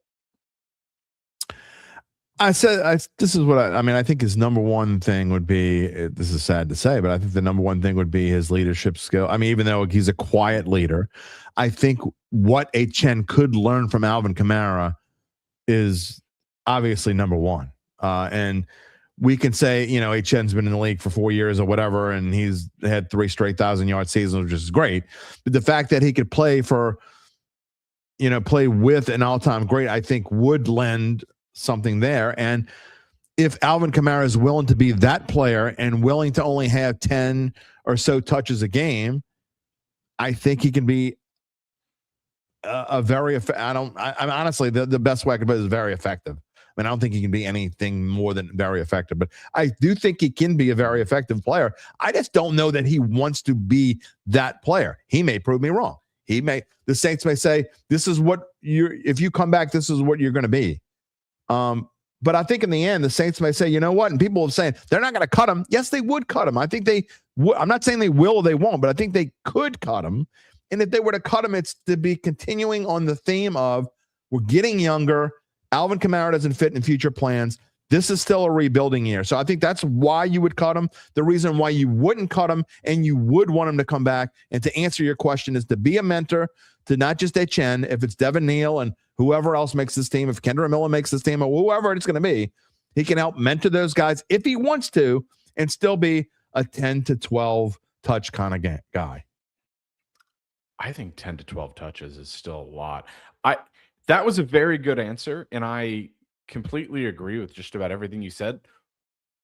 Short story long, what I was really looking for was, and what I was really hoping you would say to tee me up here, is what Hart commented, his receiving ability. He definitely has that.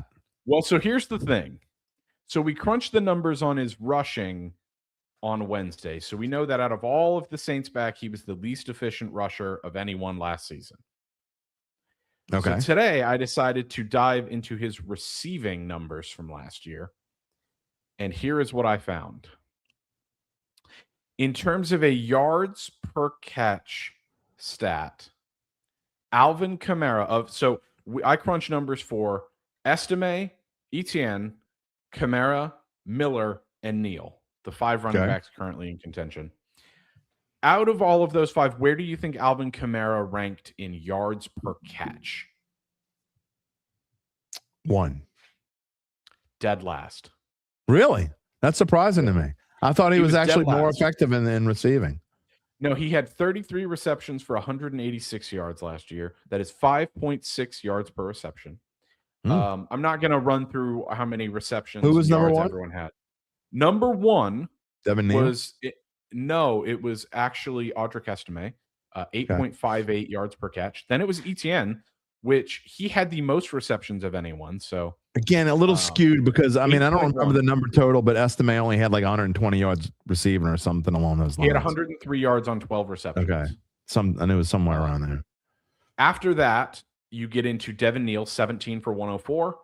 Kendra Miller, 5 for 30. Yeah, it's too small a sample size. Well, yeah, I know. But I hear you, though. But they're the only numbers you have to go by, though.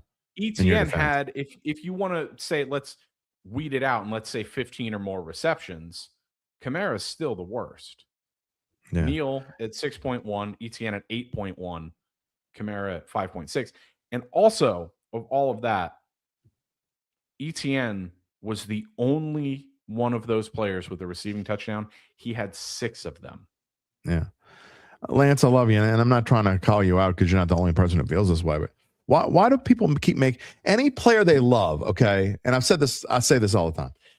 Any player you love, you will make every excuse on planet Earth why he didn't perform.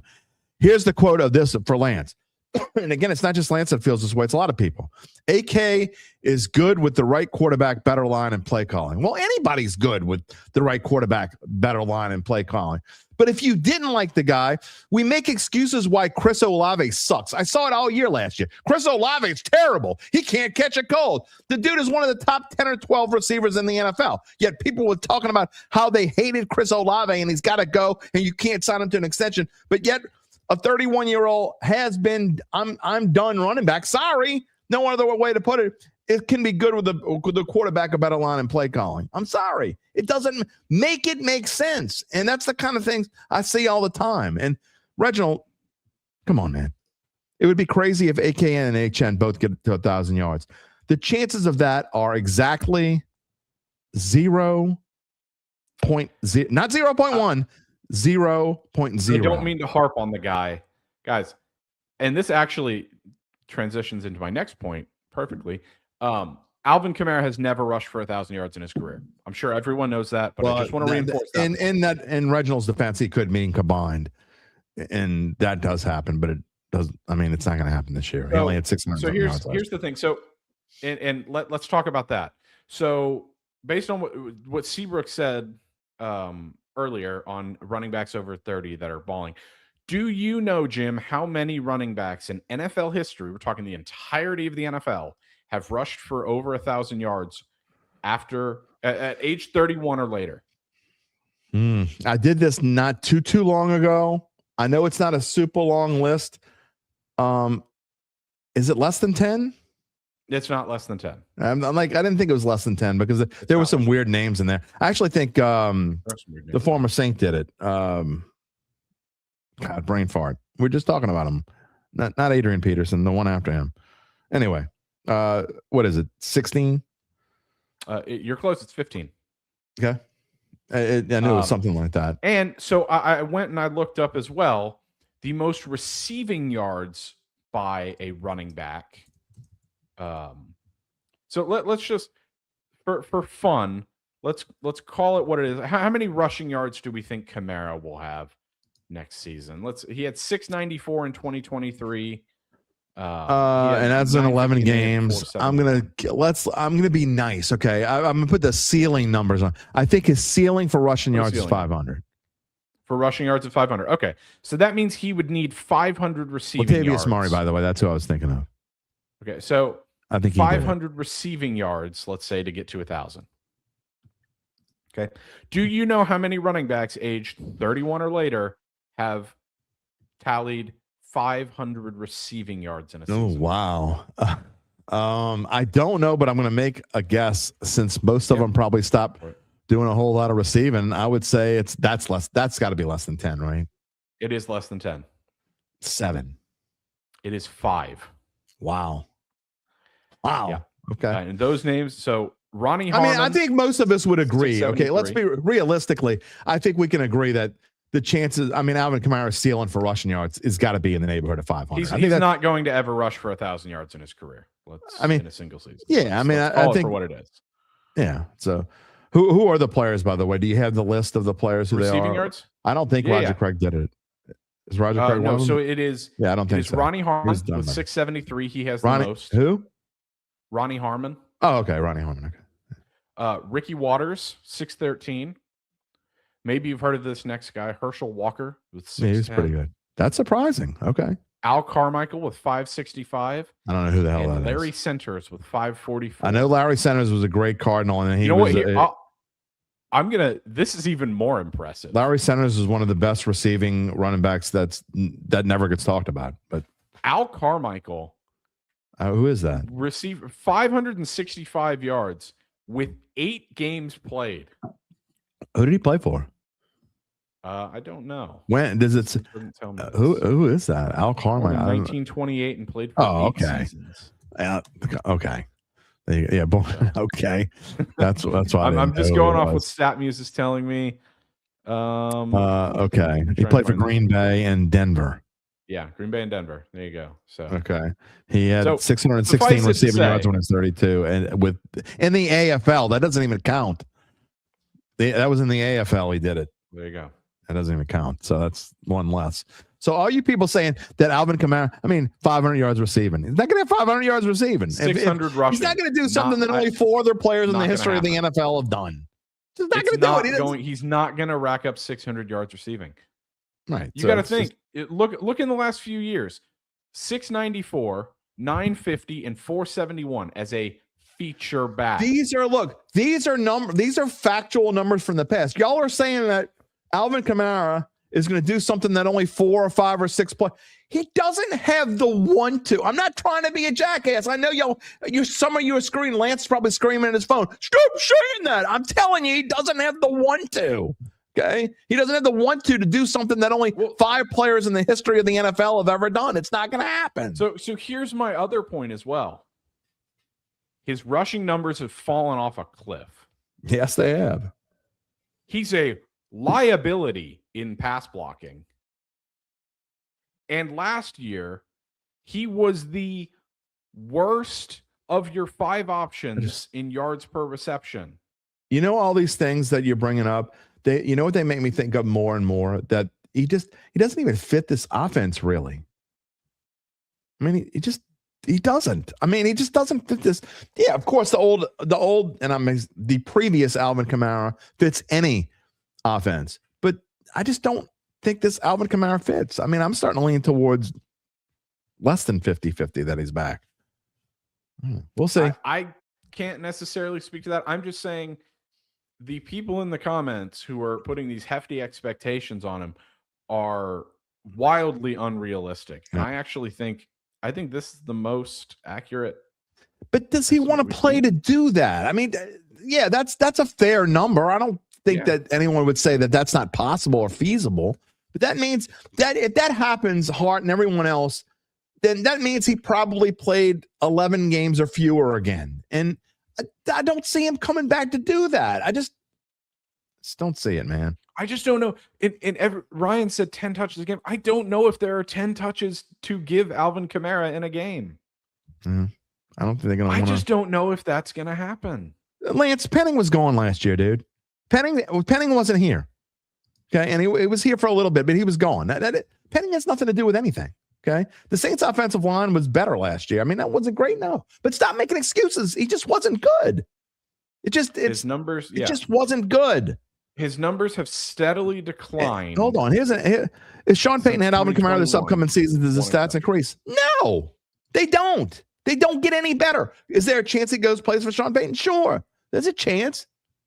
He still does this. He's not any different. The same role. He goes and plays exactly. Because plays for Sean Payton, it wouldn't be any different whatsoever. RB3 there as well. So it is what it is. But stop saying let it go. We're not going to let it. That's what we talk. We talk about this kind of stuff on the show. Just sorry. That's what we talk about. That's what people want to hear. That's what we talk about. By the way, and everyone was saying that I saw some excuses on the yards per target, and that's like Spencer Rattler was just throwing it short, and that's why his numbers were the worst. Yeah. They're blaming on Spencer Rattler too. So if you compare it to ETN, so the average yards per target, which means how long the ball is in the air, or how many, so it's how many yards the ball is in the air when you are targeted. Kamara was 4.8 last year. ETN was 5.6, and ETN's numbers were significantly better receiving wise. Yeah. That's less than a yard. And look, last year, and we're gonna wrap up the show because it's getting that time. I got a lot of things to do today. Hold on, I'm gonna do this on the air live because I want to know the answer to this. Divided by 11. All right. So last year, Kamara, when supposedly healthy, I mean, before he was declining, right? So I mean, this is when he was clearly the RB1. I mean, clearly the RB1. In the 11 games that he started and played, Alvin Kamara averaged 14.9 touches per game. So so maybe you're right, Gabe. I think 10 touches a game is very optimistic to think that he has a chance to have 10 touches a game. So as RB1, he had 14.9 touches per game. He ain't going to have 14. He ain't going to have, you could cut those probably in half. So it's probably more like 7 to 8 touches per game if he stays on at this stage. It might be even less than that. These are facts. They are realistic numbers. I'm not poo-pooing on anybody's career. We're giving you realistic expectations and numbers going forward. There you go. And we've spoken to Reginald's point. We've spoken. Kellen Moore wants to run the ball. Yep. I said that before they even signed a running back. We were talking about that a few months ago. But here's the thing. To Lance is saying that no left guard, no tight end, rookie tackle. Here's the thing.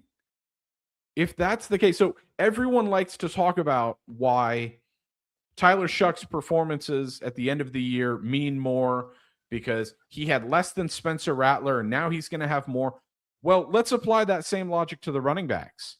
Right. Alvin Kamara had more than Audric Estime. Then why did Audric Estime outperform him in every statistical category? Yeah, again, though, here's why I'm not jumping on the Audric. And I hear what you're saying. I'm not jumping on it. I'm using that just to show that the argument I hate has to go both ways here. Yeah, Estime only had one game where he was effective. I mean, he had one really good game, and he didn't do hardly anything. If you look at like I've said over the past two shows, if you look at all of the numbers between all of the running backs for the Saints who got touches, Kamara was effectively the worst in almost every single category.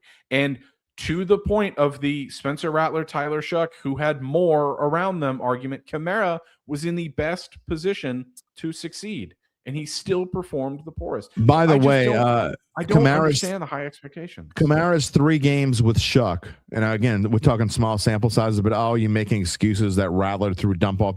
His receiving yards, his yards per reception are almost identical with Shuck as they were with Rattler.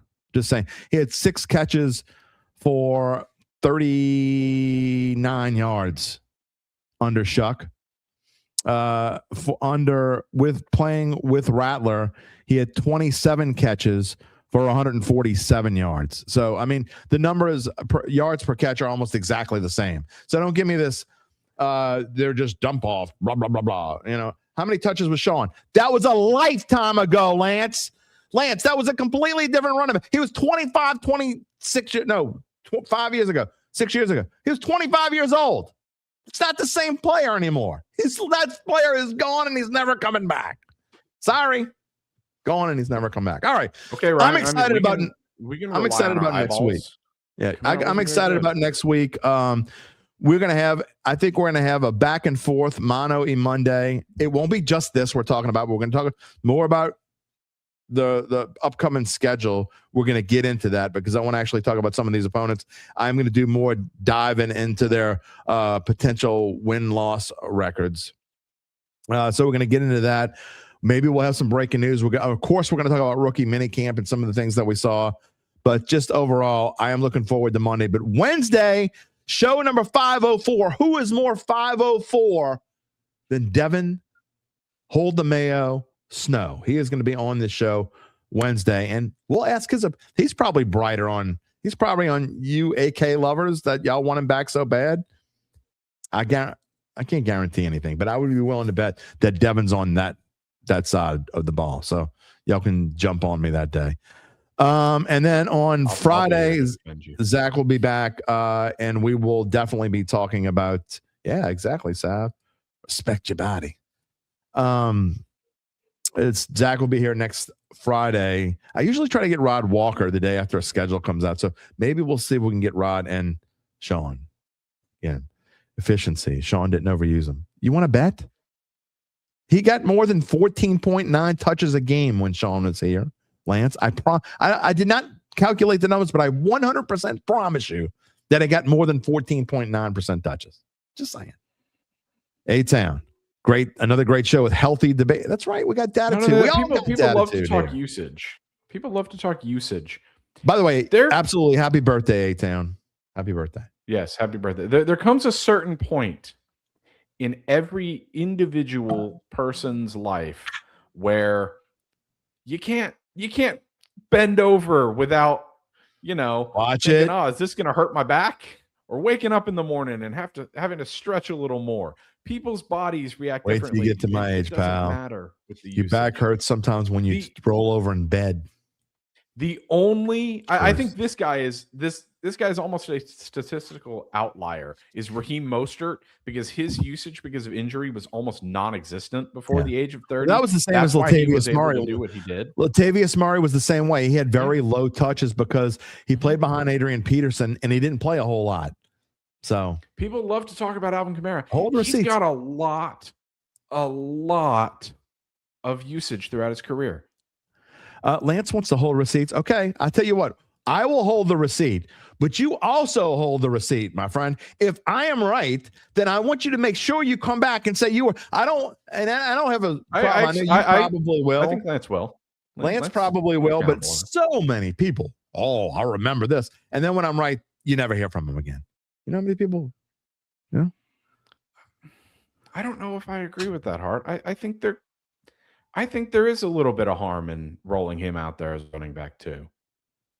I agree. What's the here's the thing. So if you're trying to get younger, would you rather see Devin Neal or Kendra Miller get those touches? Roderick Estime, even who could be Roderick Estime, who potentially could be part of your future? Would you rather those guys get your touches in one more rebuilding year? Or would you rather see an Alvin Kamara who is aging and in 100% isn't going to be here in 2027 get touches, meaningless touches? What would you rather? I think I'm leaning more. I know I've been saying I was 50-50, but I think I'm leaning more to I'd rather Kendra Miller or Devin Neal or Audric Estime get those touches. At least we can find out if those guys can be the future of this franchise at RB2. Just my opinion. That's like, obviously to a way lesser extent. That's like saying, let's let Spencer Rattler play out the last year of his contract instead of seeing what we have with Shuck. Yeah. Obviously, very different. I know, but let's stop pretending. Why? Kendra Miller is going to get a chance. Okay, you're saying, I know you're half joking, but if you think Kendra Miller is not going to get a chance, you're wrong. Okay, Kendra Miller is absolutely going to get a chance. Okay, so we base our stuff in reality here. I know people like dislike certain players. We like to project things we don't like on certain. The whole thing about the Chris Olave. You notice how people stopped talking shit about Chris Olave after about game 10 because he was so damn good. You mean the receiver with the drop problem? Yeah, he's so terrible. Chris Olave is terrible. I didn't hear Chris Olave was terrible again after like week 10 or week 11.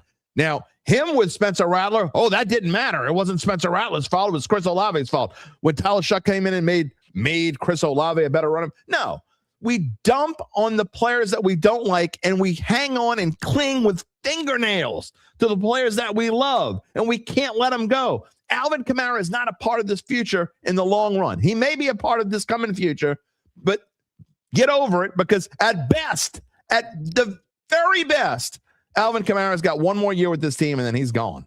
That's it. So gone. Let me say this with Seabrook's comment. So he said, basically, with all due respect, Kendra Miller would have one foot out the door and another on a banana peel. He's never available. Here's the key point of his comment. That's why DA had issues with him. Well, yeah. I don't know if you noticed, Seabrook, there is a different coach on the sidelines. And I'm telling you right now, Kendra Miller is getting a fresh this franchise. Start. He might get injured again. He might get cut, but he's going to get a look. He might. And you know what? He might get hurt. He is absolutely going to get a chance. Kendra Miller is going to get the first chance. It is. It's as simple as that. And Kendra Miller is going to get the first chance. This team, I'm telling you right now, this franchise likes Kendra Miller, and they're going to give him a legitimate chance to be RB2. And that's why I think that Alvin Kamara might. I don't think not be here. The way that a lot of other people look at the quarterback situation, the quarterback 2 situation specifically, that's how I kind of view the Saints running back 2 position. I think it is completely open for grabs, and it is a committee of 4 guys specifically that could assume that role when the season begins. Could it be Alvin Kamara? Absolutely. I'm not ruling it out. I'm just saying the numbers show it is statistically improbable that he has this breakout 1,000 total yard season like some people are commenting.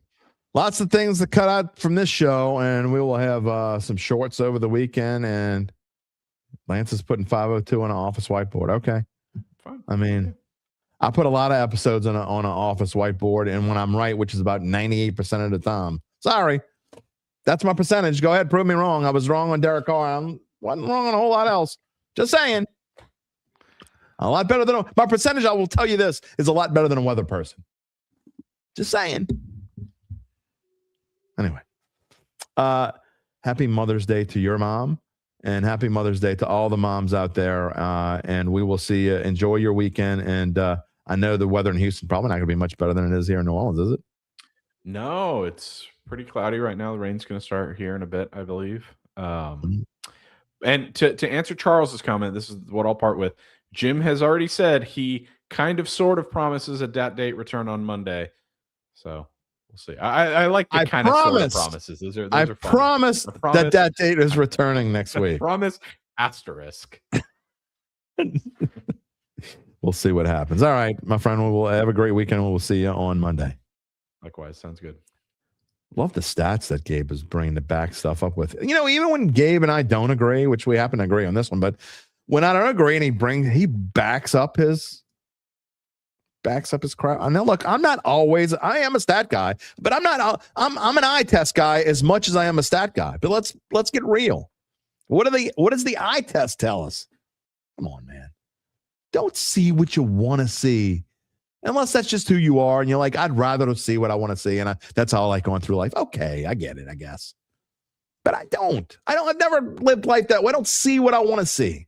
I see reality. Some people think, so it's funny because sometimes people think what my reality is Derry Downer, and sometimes you're such a homer. You know how many times I've been told them, I guarantee you the times I've been called Derry Downer and the times I've been called a homer are almost exactly the same number. That's a good thing. It's a good thing, in my opinion. Just saying, my percentage is better than a weather person. Eye test tells me. Y'all can have whatever eye test you want. Y'all hating on Kendra Miller, but you love it on Alvin Kamara. Who has a better chance to be effective for the Saints next year? I 100% think it's Kendra Miller. Just going to put that out there. That'll piss him off. Not trying to piss you off. Just saying. That's Cali. It's ugly in Pensacola. Yeah, it ain't just Pensacola, that's Cali. I am not looking forward to. Look, I'm looking. This Newman team that I've been doing play-by-play for this baseball season are special. You only get so many special teams that you've done. Look, this is my. What is this? Season number 12 doing play-by-play. And I would say that there are probably only maybe 6 or 7. Oh, I did not do that on purpose, I swear. That just came out. 6, 7, 8, somewhere around there. Yeah, I get it. Teams that have been like special. And I can remember things about their season. And this is one of them. And so I was hoping that we would get a chance to call their semifinals this weekend. But man, I have no idea what's going to happen going out to, they're supposed to play ball tonight at Avenger Field, uptown.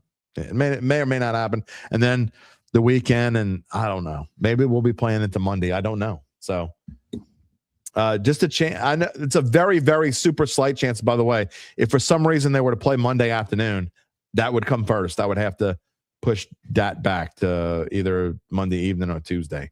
So if we get a note, check the YouTube page.